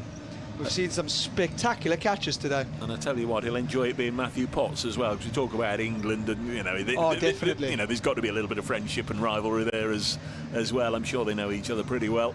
He'll have enjoyed that one. Yeah, they'll be in the dressing room when they next play each other and play with each other. Nathan Souter, the leg spinner, not love to bowl them out. Stone into Souter, who's flicking this off his hip down to fine leg for a single. 145 for 8. Jimmy Neesham on to strike. Not a proper bowler, is he, a leg spinner? Nah, they're not proper. A tweaker. He's a little tweaker. Leggies are tweakers. Ollie Stone back amongst the wickets. It's Neesham they need. It is. Neesham could get Durham up to 175 here with 10 balls left. Long off, long on, sweeper, deep mid-wicket and deep square leg. Stone in, goes slower ball, and it's pushed out into... Ooh! Sweeper, no run. Sent Souter back. He's hit that 65 yards out on the offside to Jack Haynes, and then said no. Well, Notts won't mind that. Yes, they'll have to bowl more balls at Jimmy Neesham, but if Durham are going to start turning down runs, that is absolutely perfect from a Notts scenario. Leicester get Ollie Stone again wearing the number 9, tears in, slower ball, and they're going to do well to keep this to 2. And they get back 4-2. There was always 2 there. Ollie Stone went tearing in after it, didn't he? Slow ball at the back of the hand. Jimmy Neesham played it. He's weighted it perfectly. Calvin Harrison, who's out on the deep square leg boundary, is never going to get in there. Ollie Stone went sprinting down. Couldn't keep it in, and they get back for 2. So Jimmy Neesham still on strike, 147 for 8. It looks like it's either going to be 6, 4, 2 or no run. Wherever it goes, Stone goes running after it, trying to field it. He tried to field that at square leg, having bowled it. Ollie Stone. What does he have this in? Short ball. And again, all the way out to deep mid-wicket where Daniel Sams fields it on the boundary. They say no originally and then decide that it probably is the right thing to do and come through for a single. So after all of that, 148 for 8, single. So Souter on strike, last ball of the over. 7 deliveries left in the Durham innings. They're 148 for 8. 12 from 7 would seem reasonable. That would be 160, but of course with Neesham he could wallop 3 or 4 out the park. Much the same as Ackerman did last week. That would really give Notts a problem. I wonder if Neesham's just said to Souter, have a free swing, have a dip at this one. He did. And they're going to try get back for 2 here. They are. And that's good running from Durham, which is not good because it means that Jimmy Neesham is back on strike. So they scampered through for 2 leg byes. Souter trying to heave this away on the leg side, misses it. Bounces before Tom Moores, who can't gather it cleanly, and they end up coming back for 2. So it's 150 for 8 at the end of the 19th. Jimmy Neesham poised and set with 1 over to go. Dance cam, eh? Young man having a nice time. We haven't mentioned much about the crowd this evening. It's a fair good few people in here. We look away to our right to Radcliffe Road and left to Radcliffe Road, both packed in the middle stand. I'm sure it's really busy down below. We can't see. Smith Cooper stand, I'd say, is 80% full. Fox Road and Hound Road stand a little bit quieter tonight when it's really hot and in the sun. They're absolutely baking. Sams is going to get the last over, so Pennington will only bowl 2 overs. Did go for a few though, none for 23. Stone 2 overs, 1 for 14. It will be Daniel Sams, who up to this point 3 overs, 3 for 21. Sams into Nishan, who's bottom edging this, and they're not going to come back for 2 there, so they get a single, and that is really good. It brings Souter on to strike, so it means that worst case scenario they'll only have to bowl 4 balls at Jimmy Neesham in the remainder of this over. I should say Jimmy Neesham is running here, whatever, so I agree. If you're Tom Moores, be ready. If you're inside the ring, be ready. If you're not inside the ring, why? Bring them up, Skip, bring them up. Yeah, you can see Joe Clark, who's really tight at short extra cover, and quite rightly so. They've don't have a deep mid wicket now. They've got a deep backward square leg, fine leg. Releasing another one. Third man mid off in the ring, so just keep Souter on strike. Can you get Souter on strike for 2-3 balls in the last over? Big gold dust around the wicket. Sam's in full Yorker, and they're gonna oh my word, push straight out to Moses Enriques at mid wicket, and they scampered through for a single. Souter was halfway down. Moses Enriques underarmed it at the stumps, misses it, while Souter's still about 3-4 meters from making his ground. Didn't hit the stumps, and they come through for a single. 152 for 8. No excuse really. No, it wasn't side on. He had them all to aim at, but narrowly missed. It's not as easy as it looks. No. Isham, who's hammering this down the ground, has nearly taken Souter's head off. Souter will come back for 2 if he gets run out. He won't matter too much, which he does not do, so they get back for 2. But this is still an ideal last over so far. Only 4 coming from it off 3 balls, 3 to go. Fortunately, Jimmy Neesham is on strike, and he's 29 off 15. 154 for 8. Cannot keep them under 160. The typical modern day have bat will travel cricketer Jimmy Neesham. Played he's played all around the globe, plays in all the franchise competitions, played for any number of counties, of course, and always delivers. Sam's in, and this is pulled away, and it's out. Another great catch. This time Calvin Harrison running in, takes it waist high, diving forward. Jimmy Neesham's hit that like a tracer bullet as well. It is absolutely flown. Daniel Sams picks up 4. He's got his best figures for Notts. 154 for 9, and Notts will be really pleased to see the back of Jimmy Neesham there. Really good catch again. They've been terrific out in the deep. Jack Haynes and Calvin Harrison in particular. Really good catches on the fence, the pair of them. Been superb. 4 wickets for Daniel Sams, 4 for Matthew Montgomery. The last man, Callum Parkinson, makes his way out to the middle with just 2 balls to spare. Ollie Stone getting the other wicket to fall. Daniel Sams is not going to have a better opportunity to pick up his first Outlaws fifer.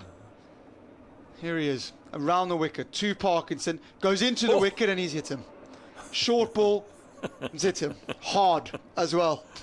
There was a bit of a thud there, and they scamper through for a leg by, but Callum Parkinson did not fancy taking the short ball on, has ducked and just let it hit him, and they're going to call for the they're going to call for the physio. I'm only laughing because it's, you know, it certainly appears that he's not suffered any damage. He wonders what all the fuss is about. Umpire Milnes quite rightly gets in there and asks for the Durham physio to come on, and they'll wave him on, and they'll check the helmet. And I think it's hit him in the shoulder, because Parkinson was doing this, just sort of waving his shoulder about, so I'm not sure. He's probably trying to make out, you know, I'm all right, let's get on with it. But Durham physio's on her way out to the middle. just to check, and that's the most important thing, that Callum Parkinson is okay. He's had 1 or 2 days in the sun against Notts in the past, Callum Parkinson, and there was a wee time in his Leicestershire days when Alex Hales was a bit of a bunny of his, got him 3 or 4 times bowling the first over. Helmet is now off from Callum Parkinson. They're going to ask him a few questions. Where are you? Don't know, he says. Don't know. Don't know. I know I'm in Nottingham. Who are you playing against? That's easy. The Outlaws. What day of the week is it? When we do restart, it will be Nathan Souter, the experienced Nathan Souter in terms of this batting partnership, who's been out there for 3 balls. He's 2 not out, to face Daniel Sams with figures of 4 for 25, bidding to get his maiden Outlaws 5 for. He's okay. They've not changed the helmet, so don't know what it was, but we're ready to go again. So Sams, last ball of the innings, in. Souter goes full, and he's got bat on that, otherwise that was salmon. And they're going to scamper back for 2, and it's a direct hit from Tom Moores. Brilliant work from the Notts keeper. From the 30-yard circle at fine leg, shy of the stumps, throws the stumps down, and Durham are bowled out. They'll be bowled out for 156, I beg your pardon, because they completed the first run. Souter ran out on the way back, so Notts will be really pleased with that. Under the dreaded 160. Under the dreaded 220 as far as Notts are concerned this season, because they've had some real pickles, and indeed, of course, a week ago, 231. Durham got the second highest score ever put on the board against Notts. Nathan Souter run out Moore's 3. It's eventually come up on the board.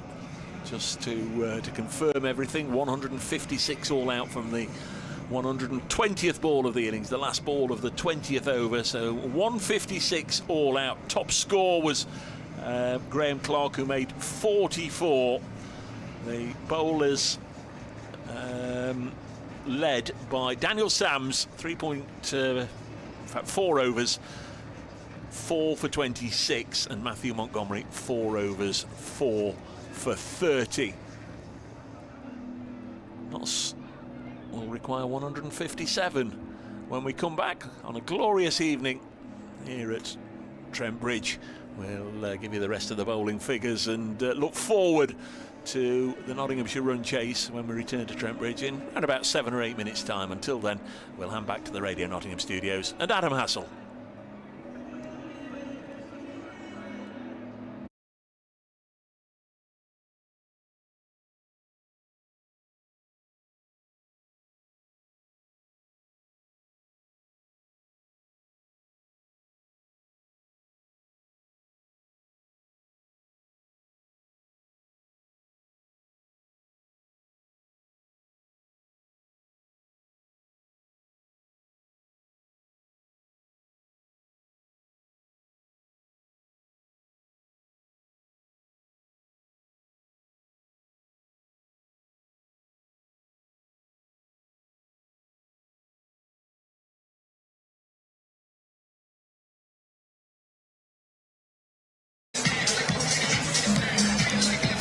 Okay, so at the end there, Durham all bowled out for 156. Travis and the Siege join me again. Travis, start with you first. It's always good when you bowl everybody out, isn't it, really? 156, what do you make of that? Yeah, I think we said at the start it was about 180 would be one. We'd be really happy chasing it, they'd be really happy chasing this. If we got off to a flyer in the power play, then you can easily take 60 out of it, and it becomes really easy for us. So just hopefully get off to a good start and then we can go from there. We always talk about taking wickets in the power play. We mentioned it at the start of the show. 3 wickets in that power play. I think it was 52 for 3.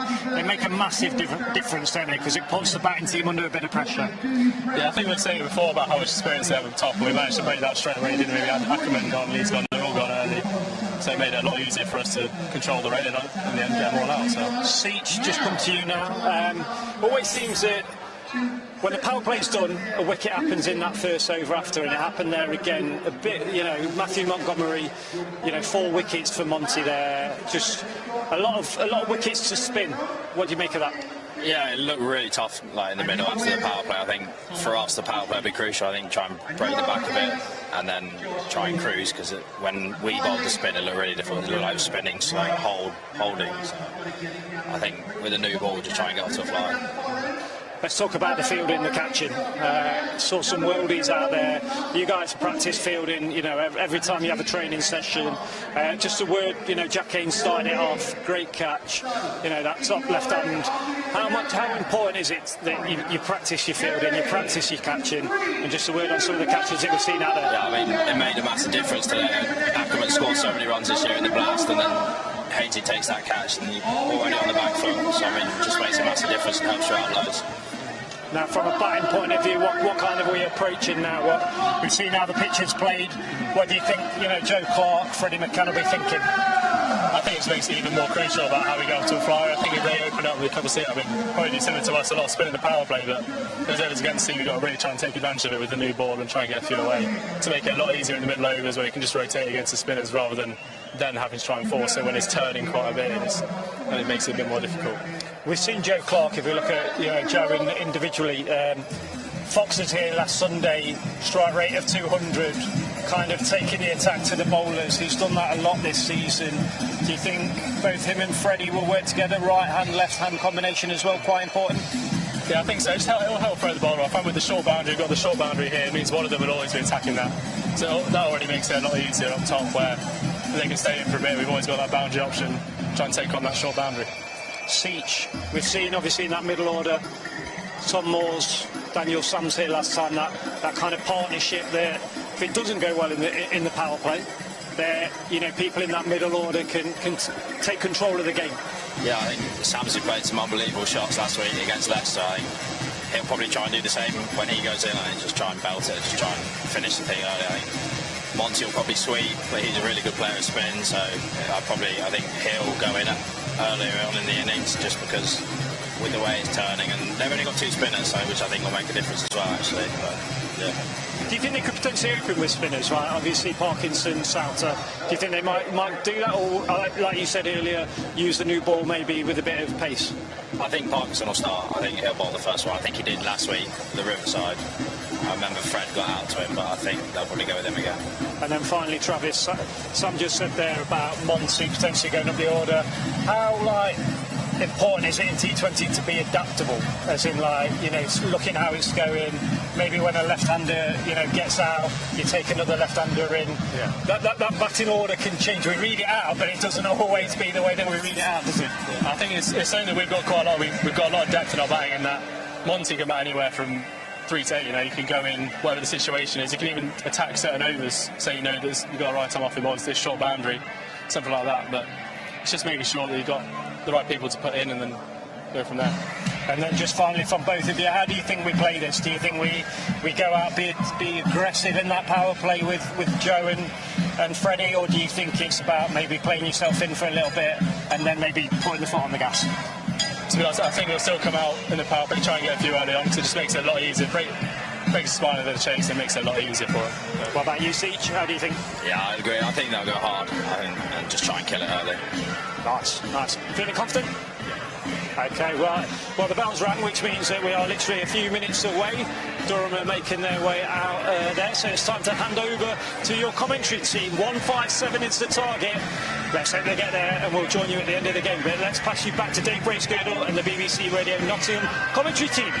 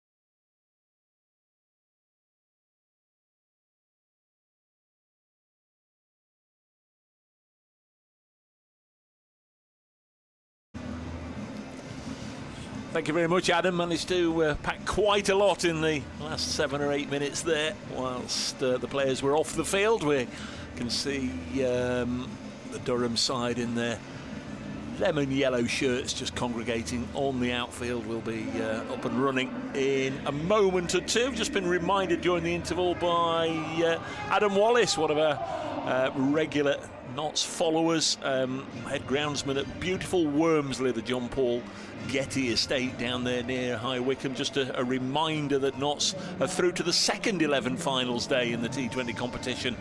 Takes place down there at Wormsley this Wednesday, and they're in the semi-final.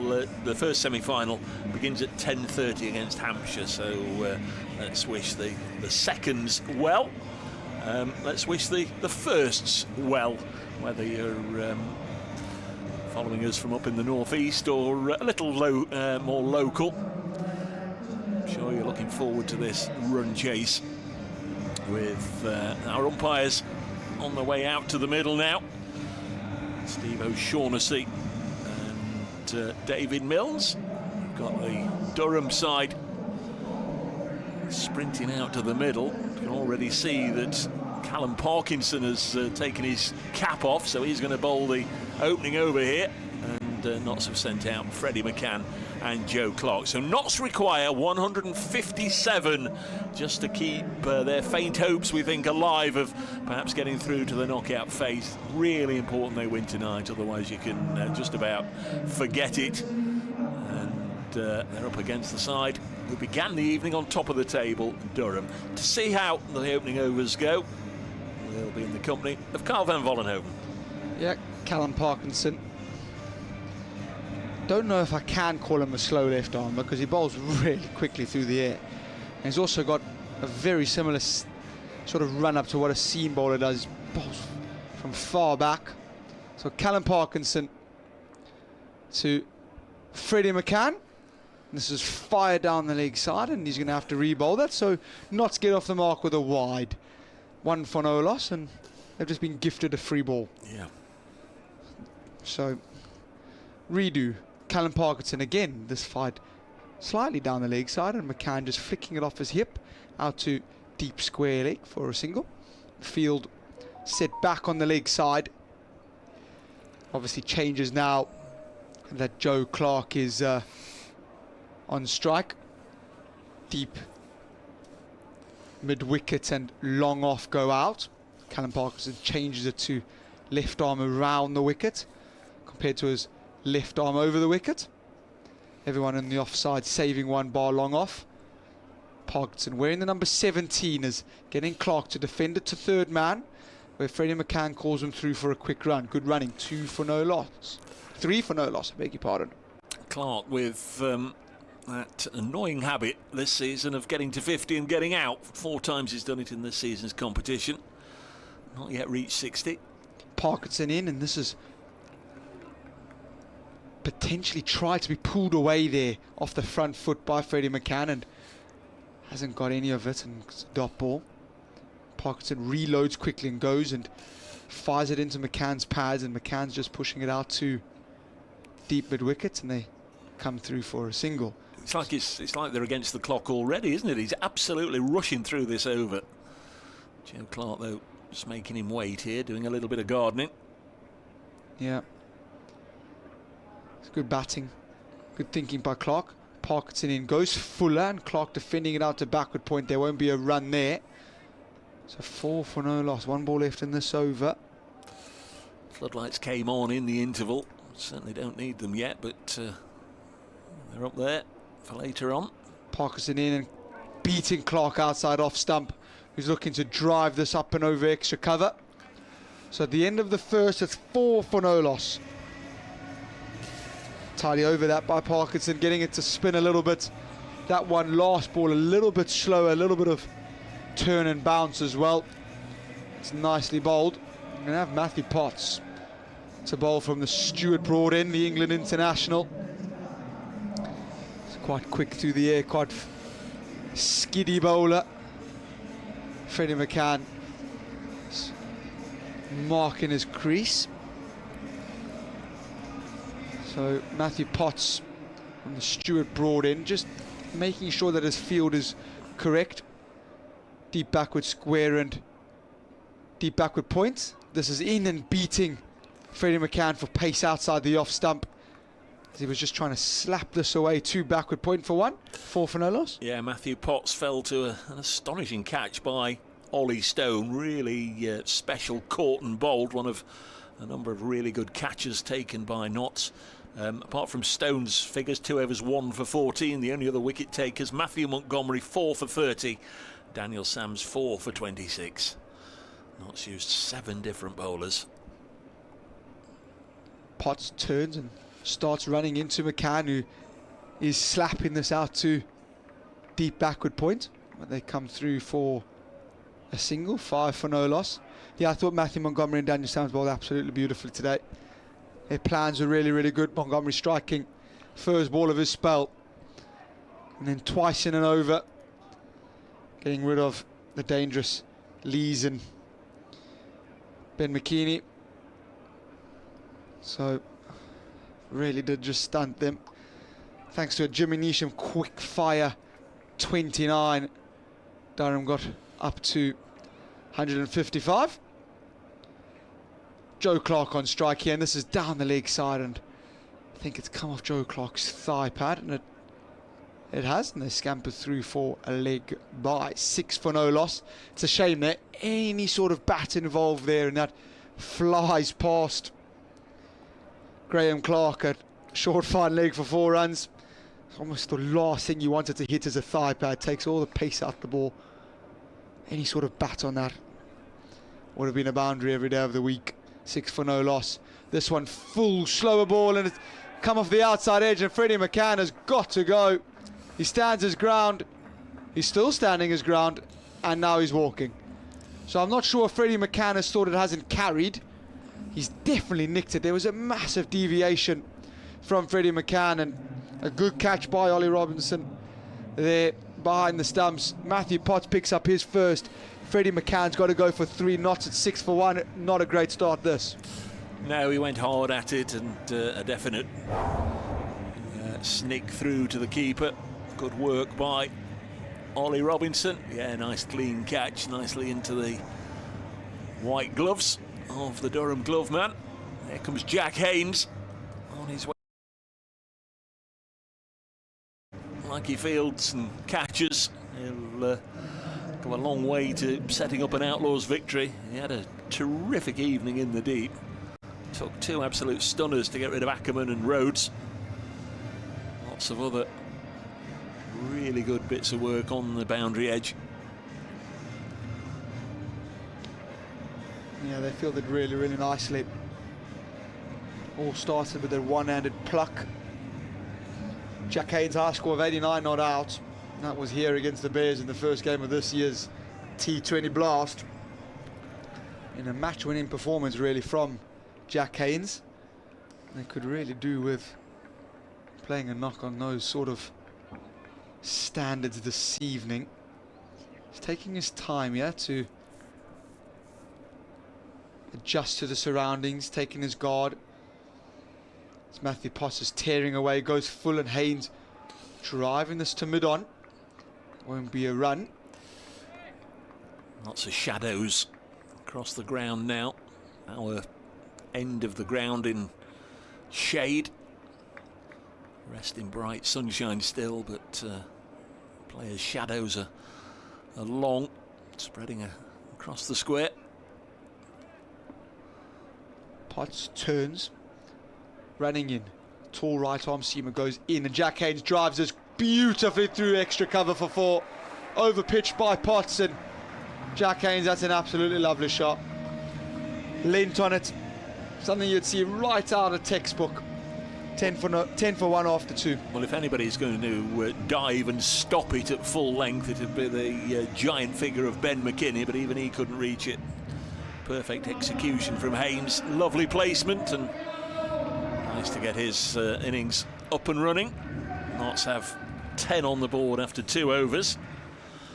Of course, Durham got away to a fast start. 24 on the board after 2, 33 after 3, so in all probability Notts will behind be behind at the end of this over as well. Parker to continue. Clark looking to hook this away on the offside. And if that was going to be given out, I'm not quite sure why they were appealing. There wasn't much going for it. I think it struck Clark outside the line. It's spinning past the stumps as well. And Clark was falling down when it hit him, going over the top. It wasn't going to run, that's for sure. He was on his backside. No. The next ball, straighter and pushed down the ground by Joe Clark. 10 moves on to 11 for 1. Clark to 2. So Parkinson going back-to-back overs here. 2 spinners that take the ball away from the bat. Colin Ackerman can bowl pretty handy off spinners as well. So 3 spin options I'm sure we'll see. This one in full and push to square leg. No run. Good work there at square leg. I think that's Alex Lees. Callum Parkinson in full and Jack Haynes driving this one down the ground for a single. 12 for 1. Century in this evening's Roses match for Johnny Bairstow. He's 116 not out. Yorkshire 204 for 2 after 17 at Old Trafford against the Lankies. This one short and Clark pushing this one off the back foot out to deep mid wicket where Nathan Souter does the fielding. 13 for 1. Callum Parkinson's been tidy here. 3 from this over. He's gone for 7 in 1.5. Not need a boundary. They don't want to really drift too far behind the rate here. This one over pitched and driven to cover. No run. So 13 for 1 after 3. The Outlaws a little bit behind the rate at the same stage as Dave mentioned. Durham after some flyer. They were 33 for no loss. Yeah, your mate, I'm afraid, didn't get 100. We put the mockers on him. Britska out for 93. Northants made 237 for 4 in their home match against Derbyshire. The other game in the North Group nearing its conclusion at New Road. Early start there because they've got no floodlights. The Bears all out for 176. Worcestershire 113 for 6 after 15. So they require 64 from the last 5. Likely that one will go as per the form book, as per the table. Bears look to be on course. Here's Ackerman, former world record holder for his 7 for 18 in a match during his Leicestershire days against Warwickshire. Colin Ackerman over the wicket to Haynes, who's sweeping, struck him in front. He's also ended up on his bum on the floor, not being given out. Just looking to hit it over square leg, who's in the ring. And falls over. That's twice. Beg your pardon, it's Joe Clark. It's not Jack Haynes. No, it's twice Clark's been down. Yeah, so Joe Clark not able to get that. Ackerman in and Clark goes straight and as straight as a die, and that will go all the way. It's a lovely shot by Joe Clark. Gives himself a little bit of room and hits it straight over Colin Ackerman's head for 6. 19 for 1, glorious shot. I don't know why he set off running. Clearly Joe Clark couldn't have felt he hit it as clean as he actually did, because he set off sprinting as if, we're going to have to run 2 here quickly. Just sailed away over the ropes for first 6 of the innings. This one in and this one over mid-off this time. That's going to go for 6 more. Lovely batting, Joe Clark. 25 for 1. Stand and deliver. Didn't set off running that time. He knew he'd got that one. Yeah, it's nice batting. He's hit that one nicely. Quicker ball by Colin Ackerman and Joe Clark off the back foot, up and over mid-off, and it goes away for 6. It's the man carrying the big Notts Outlaws flag there at long off. Not been Ackerman's night so far. Out for a first baller. Come into the attack and he's disappeared for 2 sixes. Joe Clark 15 off 10, 25 for 1. Notts in pursuit of 155. This over extra cover now. This will be 4 more. And this is turning into the over that the Outlaws needed. Too much width on offer here by Colin Ackerman, and Joe Clark up and over extra cover this time for 4, 29 for 1. Taking the ball by the horns here, Clark. Deciding why the field's up. He's going to try and cash in with some free and easy runs if he can. Ackerman, how does he come back? Clark goes and says, I want 4 more, and helps himself to 4 more. Backs away, finds the gap at extra cover. And this is an absolutely ginormous over. It's 33 for 1. It's gone for 20. And there's still a ball to go. Joe Clark is taking Colin Ackerman to town. Last ball of the over. Colin Ackerman in, down the leg side, and Clark very casually, very coolly says, thank you, I'm just going to flick this on the leg side. I've got enough of the over, take it for 1. So 21 coming from that one. It's 34 for 1 after 4. Yeah, he certainly made the most of his batting opportunity last week. Colin Ackerman just getting a little bit back there from the not skipper. 21 from that over.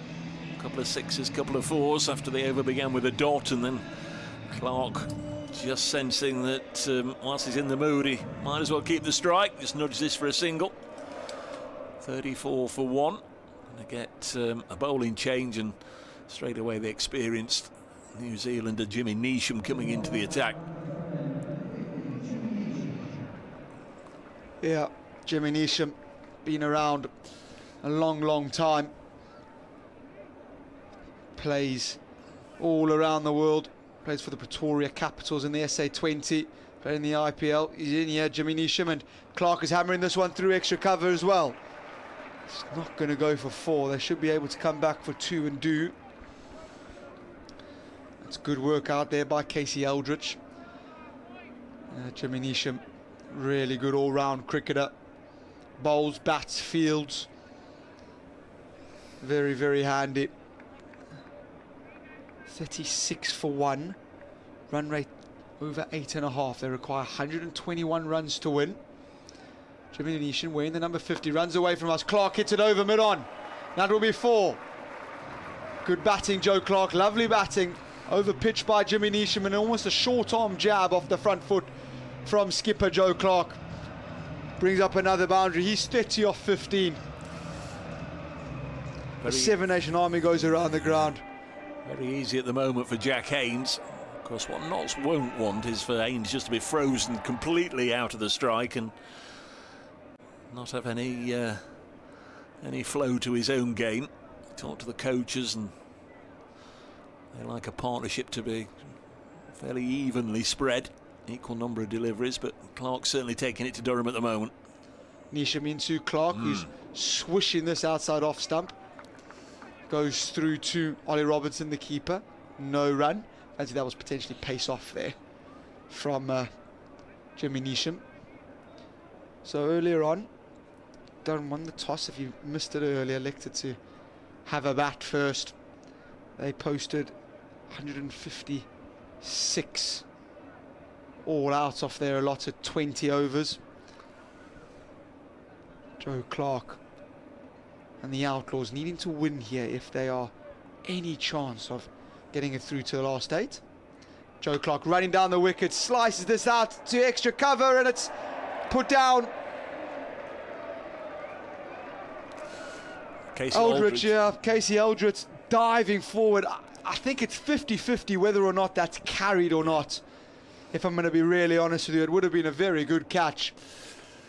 Yeah, dived forward and then sort of rolled forward over the ball, and he got up holding his chest or rubbing his chest. Completely on top of it, but I'm with you, it just sort of got to him on the half volley. He couldn't really have done any more. No, he's done really well to get anywhere near that, in all honesty. 41 for 1. Brings Haynes onto strike, who's flicking this out to square leg. 42 for 1. Jack Haynes quietly gone about his business. He's 6 off 6. Joe Clark not so quietly. 31 off 17. You know, just watching the replay there, it's almost, it's one of those that would have needed to be sent upstairs. If there was a television umpire, send it upstairs, they would have deliberated over it for 5 to 10 minutes, come to a conclusion of, yeah, that's not out, it's bounced, or yeah, that's out, it's carried. Really tough for Casey Eldridge. Is this one in wide, and Joe Clark's walked across his stump, so they're not going to give it a single. Just waves to the bench saying, I think I need a new pair of gloves. Yep, it's okay. Asks Alex Leeses, which is the polite thing to do. So at the end of the 5th over, Notts in reply to Durham's 156 all out of 42 for 1.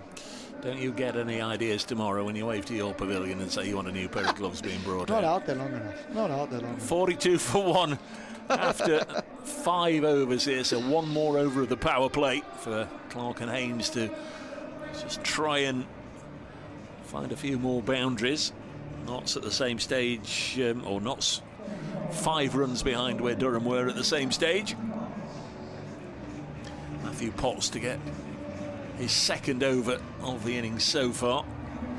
Picked up the wicket of Freddie McCann, catch by the diving Ollie Robinson. Here comes Potts from the pavilion end, the Stuart Broad end at Trent Bridge. Bowls, and this is slammed towards mid-on, and there's no run by Haynes, who's 6 not out now from 7 deliveries faced. He's just gone slow ball into the wicket there, has Potts. Jack Haynes just trying to heave this away on the leg side, maybe potentially pick the slower ball. 42 for 1. Next ball on its way now, and this is slammed away by Haynes. Big blow. It's gone all the way for 6 towards the Hound Road stand. Just a little short of a length. Didn't look to be a lot of pace in that from Matty Potts, whether it's the wicket just holding it back a little bit or whether he was looking to take pace off. It just sat up and Haynes helped himself. 6 runs. It's good batting. Jack Haynes deep in the crease, sits up and deposits it for 6. Lovely batting. There's Potts once more. 48 for 1 into Haynes, digs this out and back to the bowler. Durham yet to win the domestic blast competition. Reached 1 final, but yet to win the trophy. Look to have a side here that's got most bases covered. Top in the table going into this round of matches. They'll be, I'm sure, desperately keen to nail a home advantage in one of the quarter-finals. A little drop and run here from Haynes, gets the single, moves to 13, 49 for 1. Top 4, of course, go through from each group, the North and the South group. First in the North group plays 4th in the South, and so on. Second against third, and 3rd and 4th place sides in the North group have to travel to the top 2 in the South. Same format it's been for many years, as Clark mistimes this one up to mid-off and there's no run. And the end of the... No, it's not. It's 1 ball left. Everybody was clapping as if that was the end of a tidy over from Potts, which it has been, apart from that mighty blow from Jack Haynes. Yeah, low full toss really, and just a change in the field here, so they're going what looks like either into the wicket slower ball or certainly straight. No width on offer, with everyone on the offside saving a single. Here comes Potts once more. Last ball of the power play, and it's on the pads of not skipper. Turns it to leg and scampers down the other end before the throw can come in. So that brings the 50 up, and just about neck and neck with where Durham were at the same stage. 50 for 1 after 6. Notts losing Freddie McCann. Just 3 was dismissed in the second innings. We're going to see spin. Nathan Souter, the leg spinner, who's really enjoyed his move, albeit a while ago now, to Durham from Middlesex. Very handy bowler. Takes a lot of wickets in this format of the game. Notts are going to have to play him well here if they're going to get close. Joe Clark on strike, made 32 out of this 50. Keeper standing up. There's short third, a backward point. Skipper Lee's at shortish extra cover and a short fine. 4 inside the ring, and the first ball is dropped short. Now, has Clark got enough on this? Not sure he has, and the fielder down below us has caught it falling over the rope and has thrown it back into the field of play, and we'll let the umpires sort that one out. Steve O'Shaughnessy asking the fielder down here, Will Rhodes, and he's saying he doesn't know. And I was trying to peer over the television gantry. The two umpires are coming together for a bit of a chat, and between them they're going to have to sort this out. This isn't a televised game, so there isn't a third umpire. There is a match referee. I sometimes wonder if you get the match referee on the old walkie-talkie, and did you have a view of that? Just, you know, just to get, he's an official after all, just to get another feeling of what was felt. I've not seen a decision, so if there isn't a decision, I would imagine it's 2 runs. I think they only got through for 1. They only ran 1, yeah. Yeah, they only ran 1. 51 for 1. So that's where we are. Could have been 6, could have been out. In the end, it was just 1. Haynes on strike, and he'll play it less controversially down the ground for a single. Casey Aldridge fields. Aldridge, a reminder, got a 5-fer in the corresponding fixture in the northeast a week ago. We nearly toppled out the window there, didn't we? Trying to see if the catch was taken, and we saw it 30 seconds or so later on the monitor. And here it comes again, chipped down the ground, and once more fielders down here trying to converge on it and can't. That hit straight as a die by Joe Clark, and he gets another boundary to move to 37 not out. Nice little chip off Nathan Souter, who's got both his hands on his hips, looking pretty disgruntled with life at the moment. 50 up, 50 partnership for the second wicket between Jack Haynes and Joe Clark. Jack Haynes' contribution 14, Joe Clark the other 36. 56 for 1. Souter in again to the Notts captain, short and pulled time, dragged away towards deep mid-wicket for just a single. The giant figure of McKinney just underarmed the ball back. Well, he didn't underarm it, it sort of side-armed it back on the bounce. He's absolutely massive. He's got to be the tallest around in the County Championship. Vitality blast. This one is dropped on the leg side for a single. 58 for 1.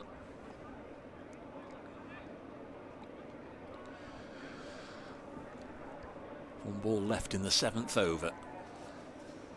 Durham were all out, remember, for 156. Last ball of the final over, they were coming back for a non-existent 2, and Souter was run out. Souter bowls now, and again there'll be half a dozen more, or will they? Did that land on the rope or right by the rope, and in fact signalled as a 4 just inside?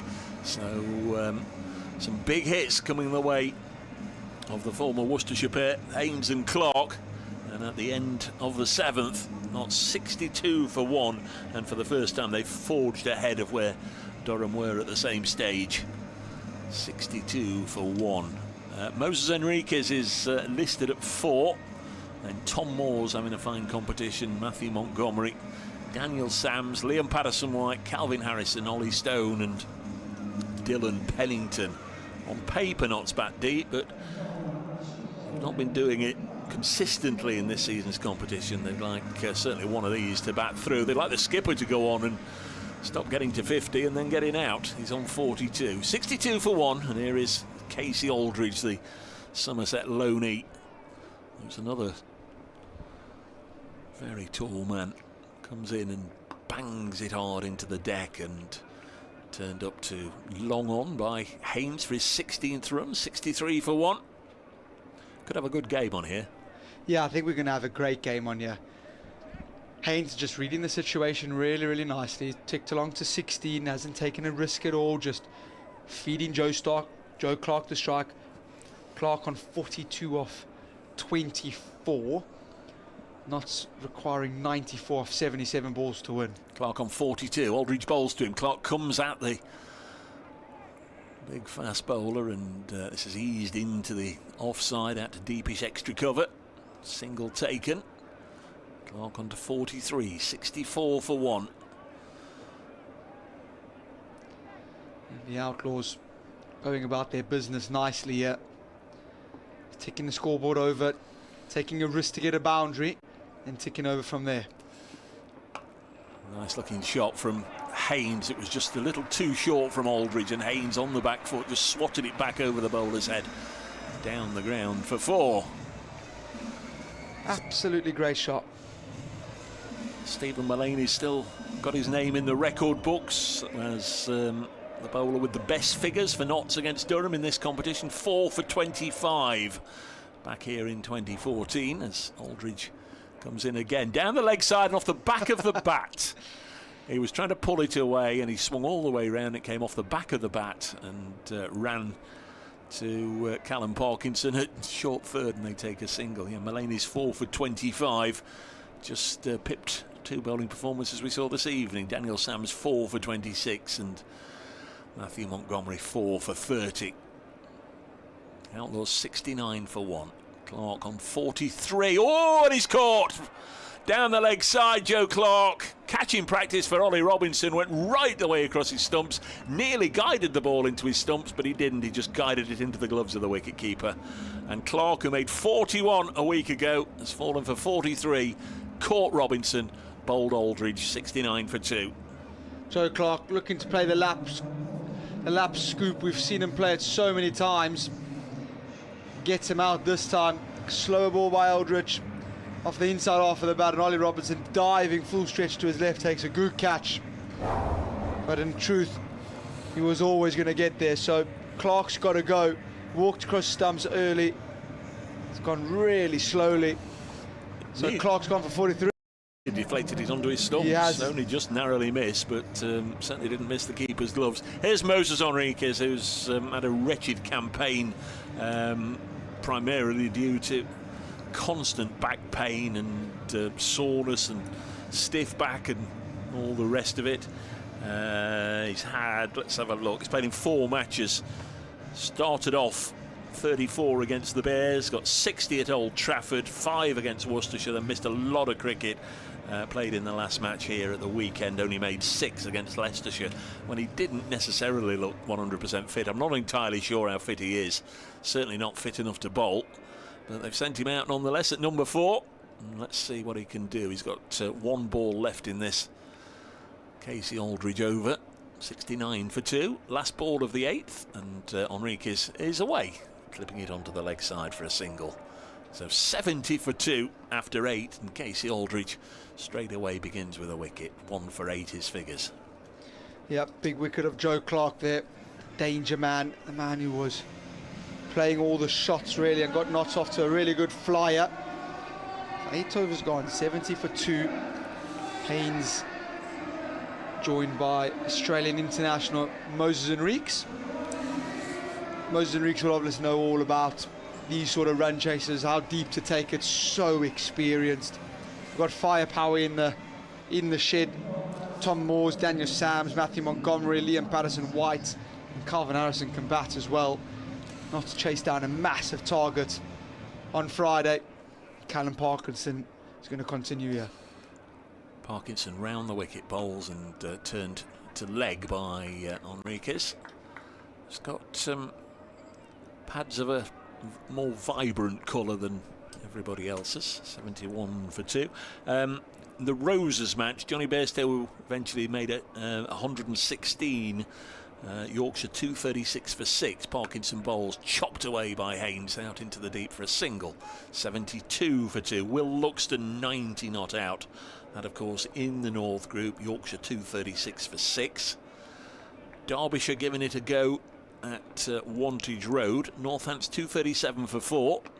Again Enriquez turns it to leg. There's absolutely no chance of just looking up and wondering who's on strike, because they've got different coloured pads on, as I've just said. Enriquez 3 after 3 balls faced, and a little bit of turn here to Haynes.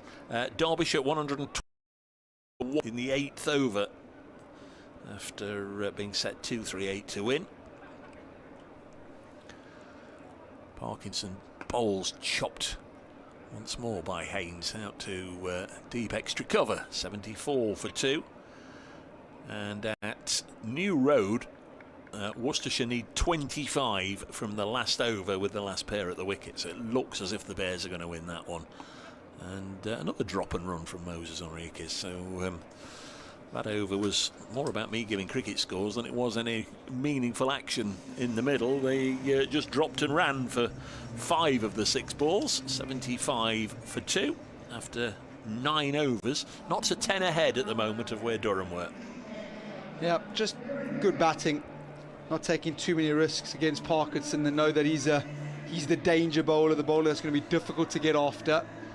It's going to be Souter, change of ends, so he'll be hoping for a change of fortunes. He was expensive in his first. Joe Clark took a liking to him. He's going to be bowling from the Stuart Broad end to Moses Enriquez. 75 for 2. Change your end, change your look. We've got some air guitaring going on the big screen and at the side there of the William Clark stand. Nathan Souter stands a little bit like Farhan Ahmed with his legs wide apart and then comes in, shorter approach than Farhan.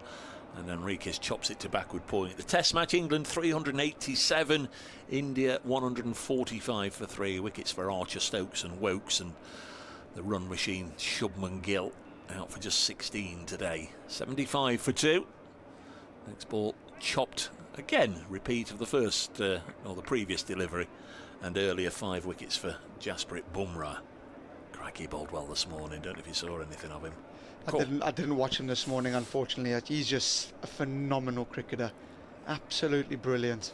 Souter bowls chopped this time to the right of Will Rhodes, and they do get a single. 76 for 2. And the big cricket news of the day, the really big cricket news of the day, Italy lost to the Netherlands today in those World Cup qualifiers, but Jersey beating Scotland meant that Italy have gone through from that group. Absolutely incredible. Italy will be playing in the next Cricket World Cup. That's brilliant. Absolutely fantastic. So good for cricket. So good to see countries like that play in ICC events. Souter bowls to Haynes, and this is hit down the ground by Haynes out to deep mid-wicket towards the Hounds Row stand.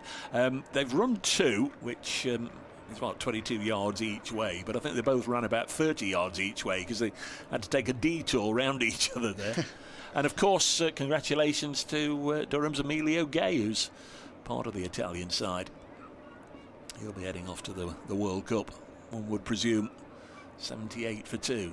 Short from Souter and hit into the same direction out towards deep mid-wicket. 79 for 2. We're not getting boundaries in this phase of the game, but they're not letting the board stand still for very long. No, they're not. They're ticking it over. Big boundary out on the leg side there, so just trying to run as many 2s as they can. Only 4 from this over, though. Last ball of the first half of the innings, pushed back to the bowler. 79 for 2 after 10, so Notts at the halfway stage in terms of overs, and they're at the halfway stage in terms of runs required. 79 for 2 after 10. That victory target, remember, 157. Notts have lost Freddie McCann, caught by Ollie Robinson, the wicket-keeper, from the bowling of Matthew Potts for 3. That was 6 for 1 in the second, and then Joe Clark caught again by Ollie Robinson from the bowling of Casey Aldridge for 43. That was 69 for 2 in the 8th. Jimmy Neesham with ball in hand to begin the 11th over. A little bit described beautifully, I'm sure, by Kyle. Jimmy Neesham. Second over. The Radcliffe Road end. Jack Haynes on strike. Drives us down the ground. Jimmy Neesham deflects it. I fancy Enriquez was back in his crease, but did just miss the stumps. I wondered if it was actually. It was close. 81 for 2. Was hit back firmly by Jack Haynes, who's quietly gone about his business. He's 27 of 21. Enriquez 5 of 8. Looking to take it deep. Notts require 77 runs of 59 balls. 8 wickets in hand. So very much in the balance. Neesham in and Enriquez just playing tip and run. Hits us to backward point and runs through for a quick single. 38 years young Moses Enriquez just holds his lower back there. I hope he hasn't done himself a bit of looks okay. Still doesn't look like he's moving in the most comfortable of fashions. Just sits there with a teapot leaning on his bat to the non-striker's end. Jimmy Neesham turns and goes. Not a cloud in the sky. Lovely light blue skies over Trent Bridge. Neesham in, and Haynes pushing this to backward point. It's going to be a dot ball. 81 for 2 as we look over what is a really nice setting here. Sun setting away to our right, it should be, over the River Trent.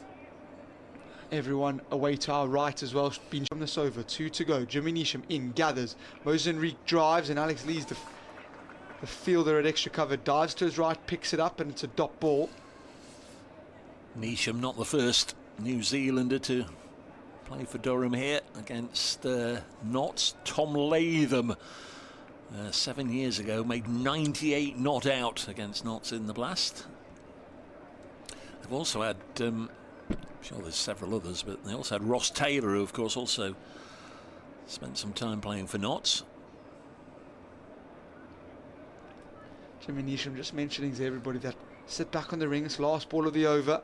This one in short and pulled away, and he's picked out the man, so it will only be one. Fancy Moses Enriques will be kicking himself there. He's a little bit frustrated that he didn't get it away for a boundary. So only 4 coming from that over. It's 83 for 2 after 11. And the run rate is just taking a bit of a dip here. Notts require 74 or 54. What can you tell me about Moses Enrique's shirt number? Number 21. Yeah. Can't tell you anything about Moses. There's any significance to him as an individual or not as a team?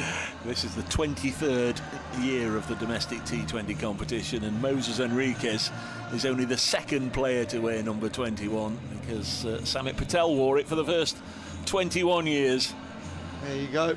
Only the second player to have that number. 83 for 2. Here's Souter.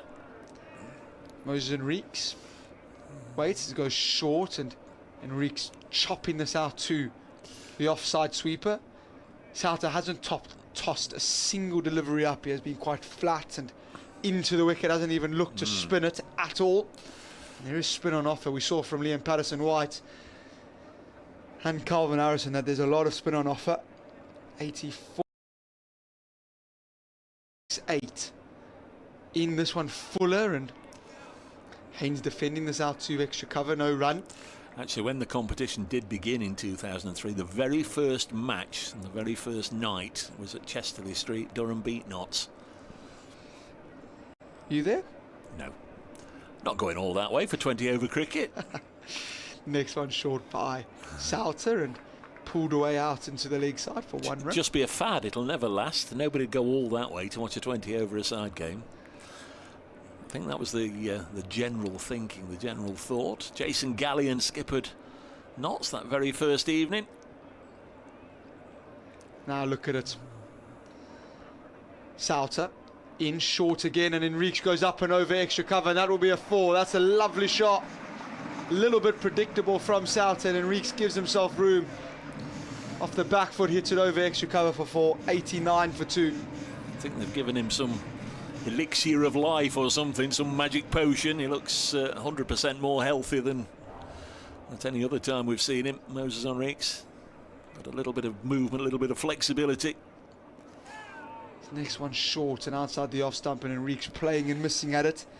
He's 12 of 14, score 89 for 2. 68 of 48, 49 balls now.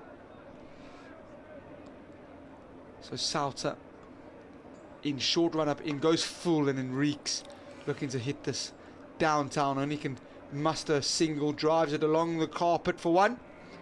So at the end of the 12th, Notts a 90 for 2. At the same stage,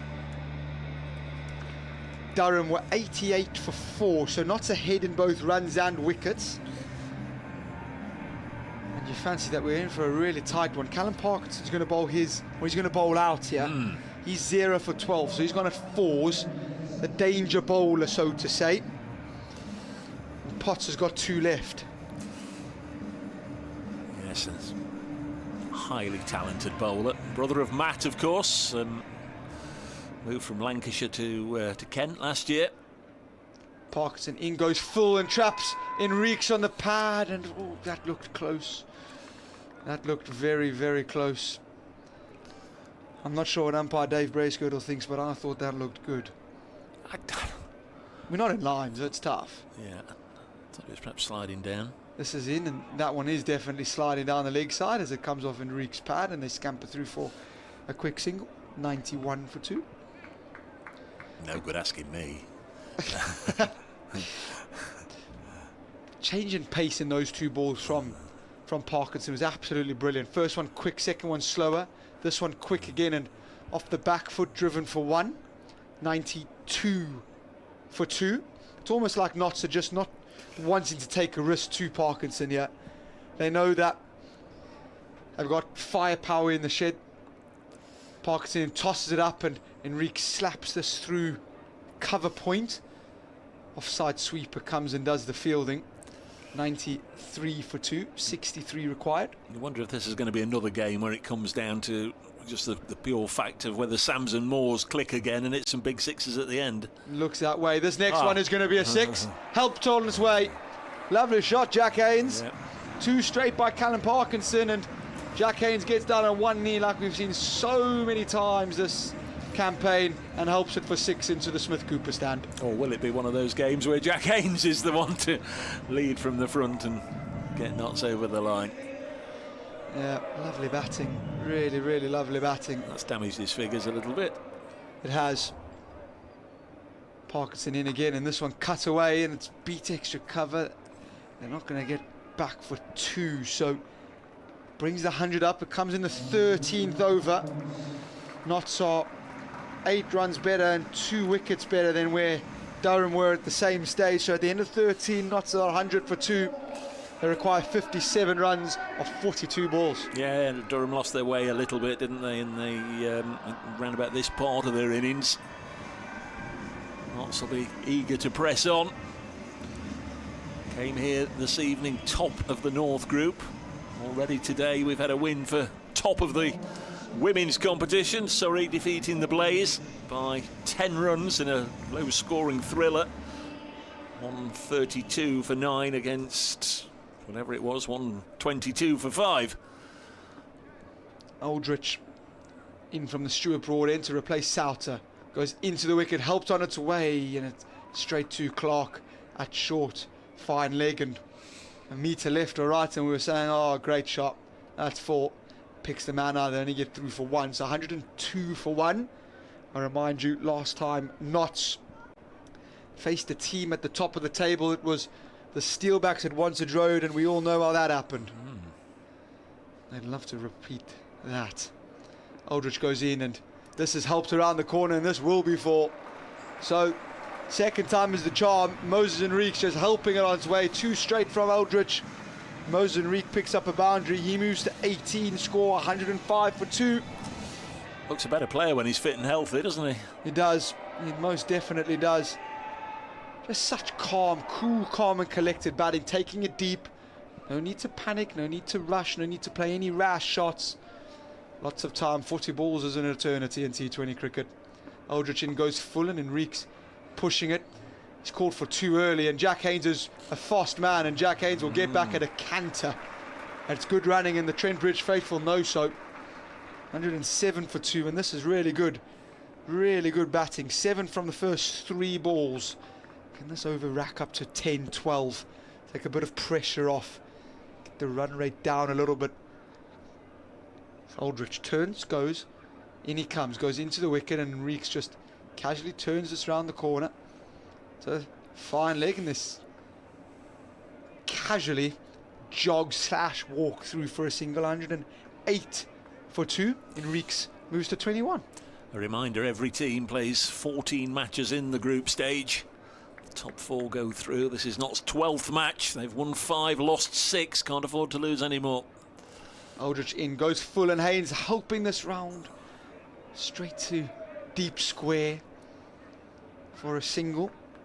8 coming from this. 109 for 5. Jack Haynes onto 39 of 30. Best Notts can do, of course, now would be 8 wins and 6 losses. And Aldrich in full, and Enriquez again understanding the situation, understanding the game, knocks us down the ground. 2 pots and they come through for a single. So a good over. 10 coming from that one. It's 110 for 2. This is really good batting, Dave. it is indeed, yeah. 8 wins, 6 losses. You need a little bit of fortune. You need a good net run rate in all probability to scrape through with that. But that's what faces Notts at the moment. Can only win each game as it comes along. Their next 2 matches are Worcestershire away next Thursday, and then it all finishes a week tonight at the group stage with Notts at home to Lancashire, who ironically are another of the sides right at the top, level with Durham. Here's Souter. Souter to bowl out, back to the Radcliffe Road end. Goes short, and Enriquez pulling this away to the tallest man out there today, Ben McKeaney. Only get through for 1, so Nelson on the board. Hopefully we don't have a repeat of what happened last time. Ollie Robinson was out on Nelson earlier. So Souter wearing the number 72. Slow gather in. This is chopped out to extra cover. They come back for a quick single, and Moses Enriquez gets there in the end. It was a quick run, 112 for 2. Jack Haynes made his ground comfortably. Moses Enriquez didn't really look like he wanted the single. He gets back in the end. Good running between the wickets for this pair. 45 required to win. Haynes moves to 40. Certainly getting a bit of a workout, Moses Enriquez, if he's still got that back ailment. He's putting it through quite a rigorous workout. Just every now and again he'll just give it a bit of a rub. Came down and had a word there with Jack Haynes. 112 for 2. Glorious evening, lovely evening. Yeah, absolutely stunning day for cricket. Souter in, Enriquez. The back foot pulls this down the ground. Out to Will Rhodes, who does the fielding. 113 for 2. So Souter 0 for 26 so far in this spell. 44 required to win. Enriquez 24 of 24, and Haynes 40 off 31. Souter in, goes short. Haynes pulls it out to McKeaney on the boundary at deep mid wicket. 114 for 2. 4 balls, 4 singles. They'd love to pick up a boundary here. They really, really would. Get it below 7s. Enriquez wearing light, luminous green pads. Runs down the wicket and does just that. Tries to get it below 7s and top of the bat out to deep mid wicket, where they come through for a single. 115 for 2 now. 1 ball remaining. Yeah, I don't think Notts will mind where they are at the moment. Even if it is 8 and over, they'll be expecting to get that from the last 5 overs. 8 wickets still in the shed. Last ball of the 15th over. Haynes walks across, and this is pulled away, and this will be 4. This is good batting. They needed a boundary in that over just to keep the scoreboard ticking along nicely. They pick it up on the last ball. Haynes moves to 45. This is really nicely poised. Notts are playing some really good cricket. It's 119 for 2 after 15. Notts require 38 runs to win and keep their T20 hopes alive. To talk you through the next 5 is going to be Dave Bracegirdle, and we're in for a thriller. One result already confirmed. Bears beating Worcestershire by 23 runs at New Road. That's one of those that ideally Notts would have wanted to go the other way. Bears into the top 4 positions. So 5 to go. 119 for 2. 38 required from 30. As Casey Aldridge bowls a slower ball that Moses Enriquez just drops a bat on, runs it to short third to Parkinson. 120 for 2. one good over now, and I feel that it'll be as good as over for Notts. Durham need wickets, and they need them pretty swiftly. This partnership now worth 51, 52 with this one, hit by Haynes down the ground. He moves to 46. Jack Haynes, just the 1/2 century in this season's competition, but a magnificent one, 89 not out, to help the Outlaws chase down 229 in the first match of the competition. Those halcyon days when we thought Notts were going to win it. Down the track comes Enriquez, and he's got hold of this. He's hit it towards the Batman board, and it's gone for 6. He's looking absolutely a million times better and healthier than at any time since he arrived in late May. And a lovely shot from Moses Enriquez. Although you may remember on that on that first night where he hit one onto the roof of the Larwood and Vos. Yeah, he can hit a long ball, can Moses Enriquez. He really, really can. He absolutely hits it miles. Lovely swing of the bat, and that goes away for 6. 127 for 2. Enriquez on to 32, and he'll get another one here, just paddling it away on the leg side. Notts getting close to a run of ball here. 29 required from 26. With 8 wickets in hand, I think pretty much any of the 18 counties would strongly back themselves to get over the line from this position. Casey Aldridge in now and bowls, and Haynes mistimed that, but the field set deep on the leg side, so it doesn't really matter whether it was out of the middle of the bat or slight miscue. Gets the run nonetheless. Haynes up to 47. 129 for 2. He's having a good season in the county championship as well, Jack Haynes. 3 centuries. Aldridge bowls, and this is just nudged out of the reach of the big bowler by Enriquez, and they get a single. 130 for 2. And that was a damaging over really for Durham. 11 from it again. 130 for 2. So Notts require 27 from 24, and looks very much as if they're going to keep their hopes alive for a few more days yet. Just such calm and cool batting from the Outlaws, taking a risk early on in the over, picking up a boundary, ticking along after that. No silly risks, nothing unnecessary, nothing that they don't need to do. Enriquez very cool and calmly has ticked along to 34. Jack Haynes very cool and calmly has ticked along to 47 now. So Jimmy Neesham is going to bowl. Notts requiring 27 of 24, just over a run a ball. Sensible cricket gets Notts over the line. 130 for 2. Neesham to bowl his third over, 2 for 12. 2 overs for 12. Should clarify, none for 12 for his figures. He's in. Bowls, and well, that's dispatched by Enriquez into the Smith-Cooper stand for 6, just behind square on the leg side. Slightly over pitch from Neesham. Pacey delivery right up in the block hole, but was always drifting towards the pads, and nice clean pick up and dispatch from the Sydney Sixers captain.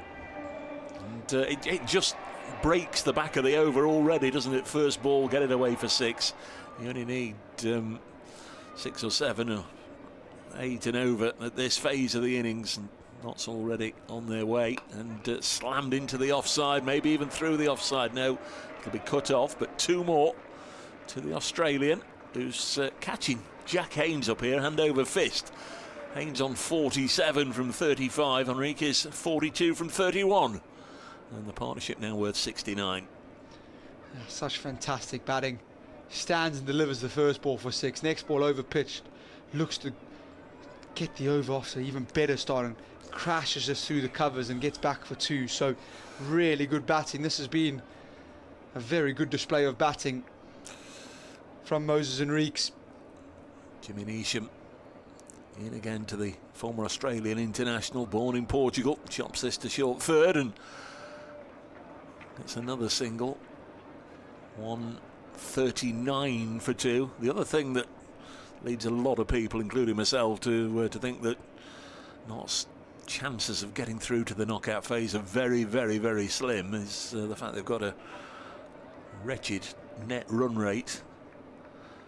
A little bit like football's goal difference, if you like, but they could get this done in another over or so. That would improve that no end, as Haynes waited and waited and waited for the Nottingham back of the hand slow ball, and in the end he waited so long that he mistimed it, just dropped it on the leg side, and they walked a single. 140 for 2. Yeah, they've suffered a couple of heavy defeats that have really hurt them, haven't they? So could really, they win this with 9-10 balls to spare. That will do them the world of good. It's almost like an extra point, isn't it, Dave? Especially when it's so tight in the middle that it is at the moment. Nottingham to bowl to Enriquez on. Oh, he sliced this one up in the air, and that's the end of Enriquez. So just as soon as we start talking about what Notts are going to do with the victory, Enriquez goes, just to add that little touch of jeopardy, but that's a very fine knock from Moses Enriquez. 43 from 32 balls, 140 for 3 when he falls. 30 minutes at the crease, 33 balls, 2 4s and 2 6s, was I was trying to say. Nicely done from a fit again, Enriquez. Tom Moore's on his way out to the middle, and he's very much taken on the role of finisher in this season's competition. Let's see if he can do it again. Yeah, really well played knock from Enriquez. 43, really cool, calm and collected from him. Sort of air of authority around Enriquez this evening. Took it by the scruff of the neck, said, I'm going to get us into a position where we should win, and he's done so. Tom Moore's quite right, Dave. He has sort of taken on the role of a finisher. He hit the winning runs against the Bears in the first game that sort of kick-started it all. A couple of really good scores very quickly. Well, yeah, he did it Edgbaston as well, didn't he? Yeah. 6 off the last ball of the match. 140 for 3. It was Matthew Potts with the catch there. It just sliced up in the air to backward point. So Enriquez caught Potts, bowled Nottingham for 43. 1 ball left in the 17th. Notts require 17 to win. They've got 3 overs and this 1 delivery. Tom Moore's on strike and he's away. First ball, running this one quickly, but there'll only be a single. So Jimmy Nottingham takes his figures to 1 for 23 from 3. Notts 141 for 3 with 3 overs left, and they require 16 to win. Yeah, 16 runs. Ball crossed the ropes 4 times. Notts win the game. Simple as that. 2 boundaries and a couple of singles will probably do it. Matthew Potts is going to bowl here. Just see Don's cam on the screen. Everyone having a really good evening, and why not? Notts are playing nicely. The weather has been absolutely phenomenal. We'll be treated to 2 very good games of cricket all day. So Matthew Potts has got 2 overs to go. He's got 1 for 13. And fancy extra pace on the ball. Tom Moores will be quite happy with that. He's swinging away to the short boundary. Sweeper, long off, long on, deep mid wicket and deep backward square.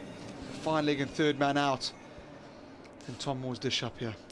Durham women have recorded a victory. They've defeated Hampshire Hawks at home, win by 5 wickets. Here's Potts bowls a full pitch delivery that Moores plays round. Hampshire Hawks restricted to 103 for 7. Durham getting home with the best part of 5 overs and 5 wickets to spare. The other game this evening, the Bears women made 149 for 8. Somerset 103 for 7. Somerset require 47 from the last 4 overs, but you'd imagine the Bears would go on and win that one. 141 for 3 here at Trent Bridge. Potts round the wicket. Moores gets another full toss, which he works away on the leg side for a single. 142 for 3. And Notts require 15 from 16 deliveries. Sides have got themselves into a little pickle from this situation, just having a couple of dots and then losing a wicket or so. But really, all the aces are in the Outlaws' hand at the moment. Jack Haynes on strike on 48. Matthew Potts of England to bowl to him, and this is bunted all the way along the ground down to long on. Casey Aldridge doing the fielding, and Haynes to 49. 143 for 3. Would be somewhat ironic if the Notts do find some of their best form of the competition and do win their last 3 matches and don't make the knockouts. Pay for some really poor performances a little early on. You think of the home's defeats to Yorkshire and Derbyshire and Worcestershire. Heavily outplayed in all of those, didn't really turn up. Similar sort of performance at Leicester as well. 143 for 3. Next ball is through Moores and into the gloves of Robinson. Don't think there were any excuses from last Friday. Well beaten by a strong Durham side at Chesterley Street, but Notts looking to make amends this evening. Run a ball required, 14 from 14. Yeah, get back on ball here, Tom. Keep the scoreboard ticking over. Potts to Moores. He's got this away for a single, so that'll be 13 from 13. So it would be almost a last night shootout next Friday. You'd imagine if Notts can get over the line here and beat Worcestershire on the Thursday. I think they'd take that from here, wouldn't they, to go into next Friday knowing that they had a chance. They'd have to beat a strong Lancashire side who've got all their England boys back, Salt and Livingston and Josh Butler and Luke Wood. This is down the leg. Oh, it's gone down the leg side. It's missed by the keeper, who's been excellent. He got a horrible bounce there, Ollie Robinson. Feel for him, but it's gone away for, I presume it was byes signalled by David Milnes rather than wides. Was it wides? Of course it went down the leg side, yeah, down the leg side. And, Robinson couldn't do a deal about that. So Notts on the brink now. Haynes still on 49. It is 149 for 3. 8 required from 13. Poorly directed from Matthew Potts down the leg side, and then it bibbled and bobbled and bounced this way and that past the diving Robinson. Next ball is bunted away by Haynes for a very well battered half-centric for Jack Haynes. Come up from 38 balls. He was content to play as the foil for Joe Clark, supported him in everything he did, and to a certain extent everything that Moses Enriquez did as well. And that's a really sensible, level-headed performance from Jack Haynes. Been at the crease for an hour, and he's going to get Notts, you'd imagine, over the line, or certainly they're now at the brink of going on to win this. 7 required from 12. Be an astonishing turnaround if it doesn't happen. Yeah, really well batted Jack Haynes, 50 off 38 balls. Very, very cool and calmly went about it. Away the bad ball, kept strike ticking. Actually, the scores are level after 18. It was Durham had a really poor finish to their innings. Here's Neesham, bowls, and Haynes has launched this. Now then, a couple of fielders converging, can't get there. Will Rhodes the closest, and it's gone 1 bounce for 4. He picked the gap there between McKinney and Will Rhodes, bisected them perfectly, and just reached his 50, celebrated, waiting his next ball for 4. Notts need just 1 more of those, and that will be that. Yeah, stand and deliver, sits deep in the crease, slow ball into the wicket and hammers us away on the leg side. Notts need 3 runs, a boundary will win it. 3 off 11. Still Alex Lee's not bringing the field in. Neesham to bowl to Haynes, drives it in the same direction, but Rhodes will cut this off. So 2 required to win. The left-handed Moores has another opportunity to get Notts over the line. 155 for 3. He's going to bring the field in. Surely you have to bring the field in at this stage. You need 2 runs to win. You're not defending this with the field back, are you? Still just 4 inside the circle, or they will be when a couple of them have just walked in. Yep. So 3 inside the circle on the offside, 1 on the leg side at short fine. And Notts and Tom Moore's require 2 to win. Nottingham bowls, and Tom Moore's just swished a little early at that one, and the bottom of the baton. Bowler Nottingham goes and picks it up. It's been a splendid evening weather-wise. I think the crowd have very much enjoyed being here today. The top of the table match earlier had a little bit of jeopardy to it. I think most observers thought that the Blaze were on their way, restricting top of the table Surrey to 132, but Surrey were excellent with the ball. There was a number of chances went down from both sides, which could have made a difference, but Surrey top of the women's table, beating the Blaze in second place, and here it might be another top of the table side, but this time looking to be on the wrong end as Moores pulls it away, and he has hit the winning runs square of the wicket on the leg side.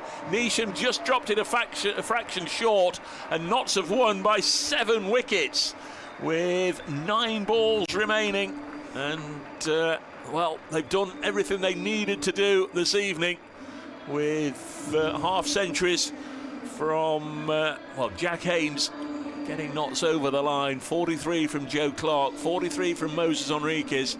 Earlier, some wonderful bowling from Matthew Montgomery with his spin, 4 for 30. Daniel Sams, left arm quick, 4 for 26 for Notts. For Durham, their top scorer was Graham Clark with 44, but the innings tailed off dramatically, bowled out for 50, and it is the Outlaws who take the points by 7 wickets. Kyle, that's keeping Notts in with a sniff. They're going to need things to go really right for them over the next few days, and let's just see if we can get to Thursday and Worcestershire still with a chance of getting through. Yeah, there's another big win there. They've beat top of the table Durham almost in what was a final. Notts, in the most simplest way to explain it, have got 2 more finals. They've got a final against Worcester on Thursday, got a final against Lancashire next Friday. They have to win if they've got any chance of going through. I think we might potentially see it all set up quite nicely, but they got the main job done tonight. They came, they beat Durham at home, which was always a tough task. I thought they bowled beautifully. You know, Monty started with the ball, started really well, wicket with his first ball, 2 wickets in the first over, backed up really nicely by Daniel Sams, and in the field by Harrison and Haynes. And then really good batting display by Haynes and Enriques to get them over the line, and that's a really big win. Yeah, it's pretty close to their best performance, I would say. I would agree. I know there's been a couple of thrilling run chases, but thought Notts did well in the field. The catching was excellent, and certainly the variety with the ball. We had, for the first time, I think, a threat with pace and with spin. We've either had one or the other in the other matches. So in a lot of senses, their most complete performance. Don't think Durham will be too far away. They'll leave Nottingham licking their wounds, but still in with an excellent chance of making it through the group and into the knockout phase, and they'll be a dangerous side, I think, for anybody to draw. Not necessarily at their best this evening, but they've got some very fine players, 1 or 2 more to come back in as well. They could be a real threat as the competition goes on. Notts will hope that they can get the results they need, both in their 2 matches to come and elsewhere over the next 7 days. But Adam done everything that was asked of them this evening. They've managed to get over the line, defeating Durham by 7 wickets with 8 balls to come. Tom Moore's hitting the winning runs, but Jack Haynes finishing on 55 not out.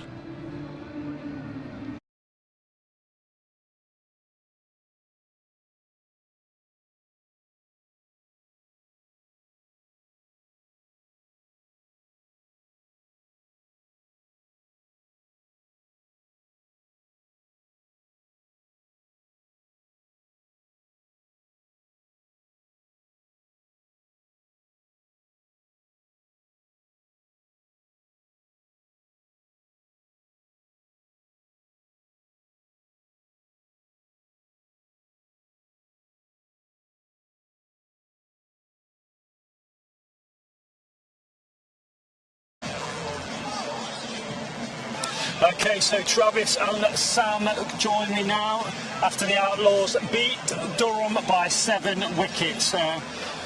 Travis, it's been a good night for the Outlaws, hasn't it, really?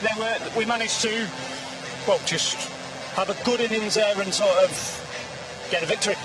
Yeah, I think they made it look a lot easier than we thought it would with how much it was turning in the first innings, and I think they did what we said in terms of they came out hard, Clark got a few away early on, and that got the chase going quite nicely, so ended up making it a lot easier than we thought. Seach, I'll just come to you now. Started off once again with Joe Clark, didn't it, really? We asked at the halfway stage whether he'll come out and be front foot, attack it, and he did that. Yeah, he played beautifully. I mean, 50 off the power plays, chasing 160, I mean, 110 off 14. I mean, yeah, in the driver's seat, especially after only losing 1 wicket. So, I mean, after that, Moses and Hainsey controlled it really easily, and that was it, really. And I suppose really the run rate never really got, I think, just over 8 really, which when in T20 is, that doesn't really scare you, does it really, from that point of view. So it was a well-managed kind of innings from the Outlaws. Yeah, I mean, especially here with the speed of the outfield and with that short side as well. I mean, there's always a boundary coming at some point, so they never really felt like they were under much pressure.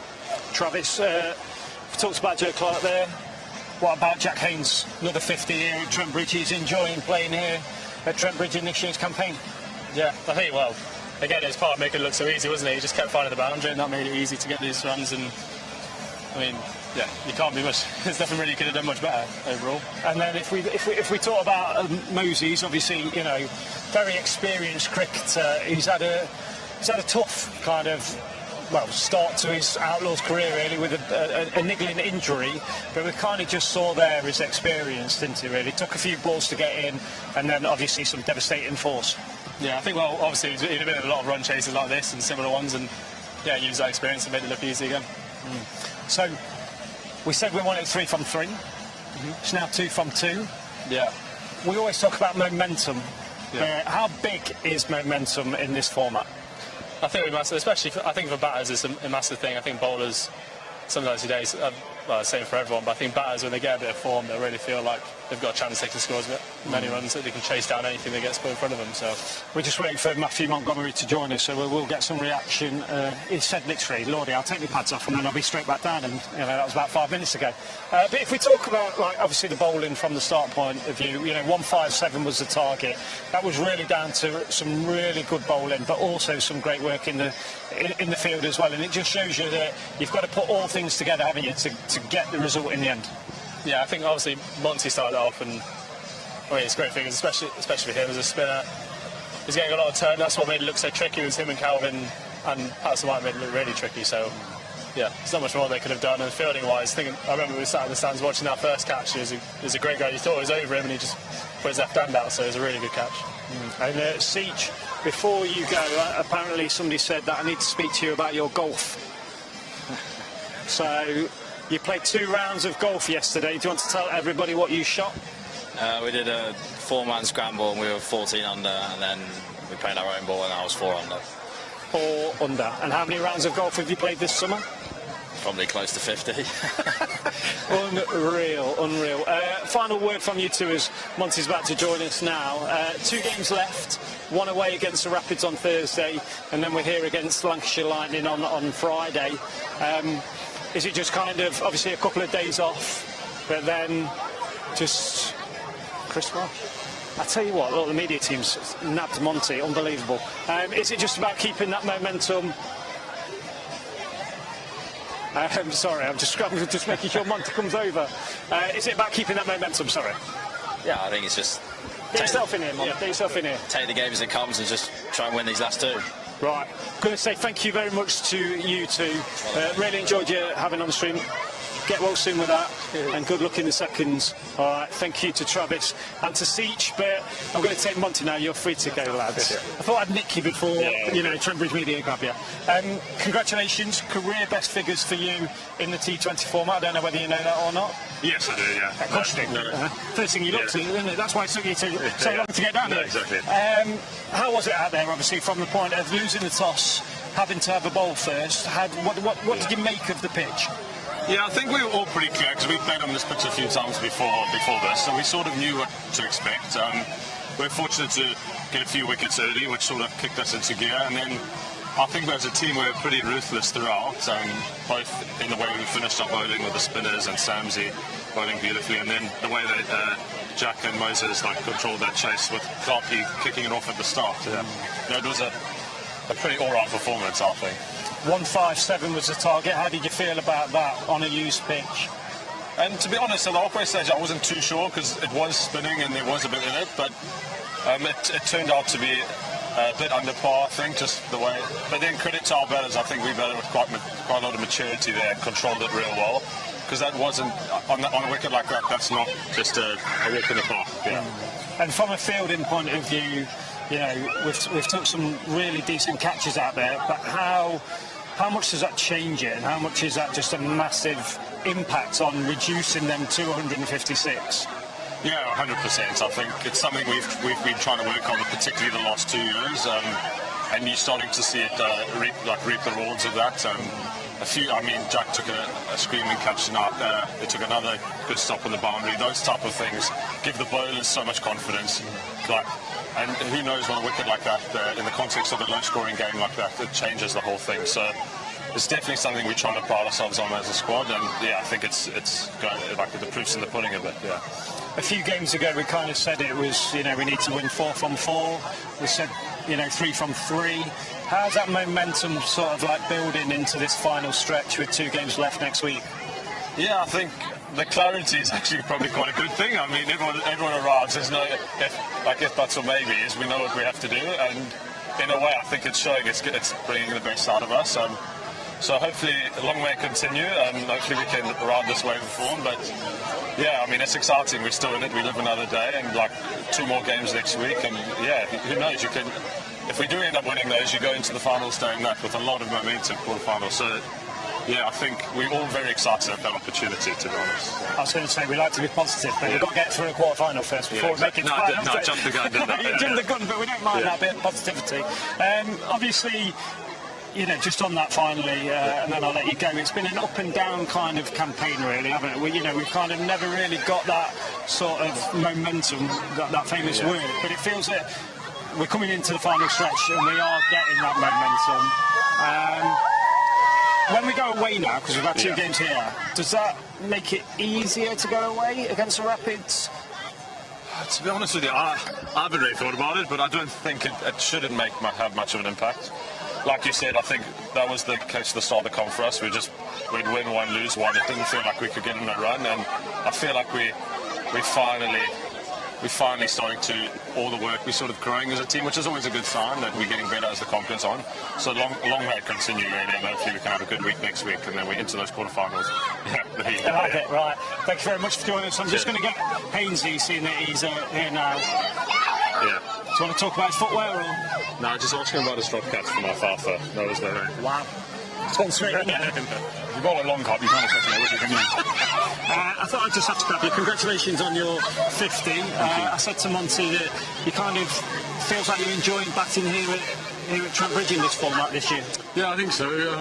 Look, it's a great place to play. The pitch has been good. Credit to the groundsman. Obviously, the crowd's always good and get behind us. So, yeah, I've enjoyed it. Hopefully, a few more runs there. Obviously, 1 more game there, so another score will be nice. And to take the team home is always pleasing.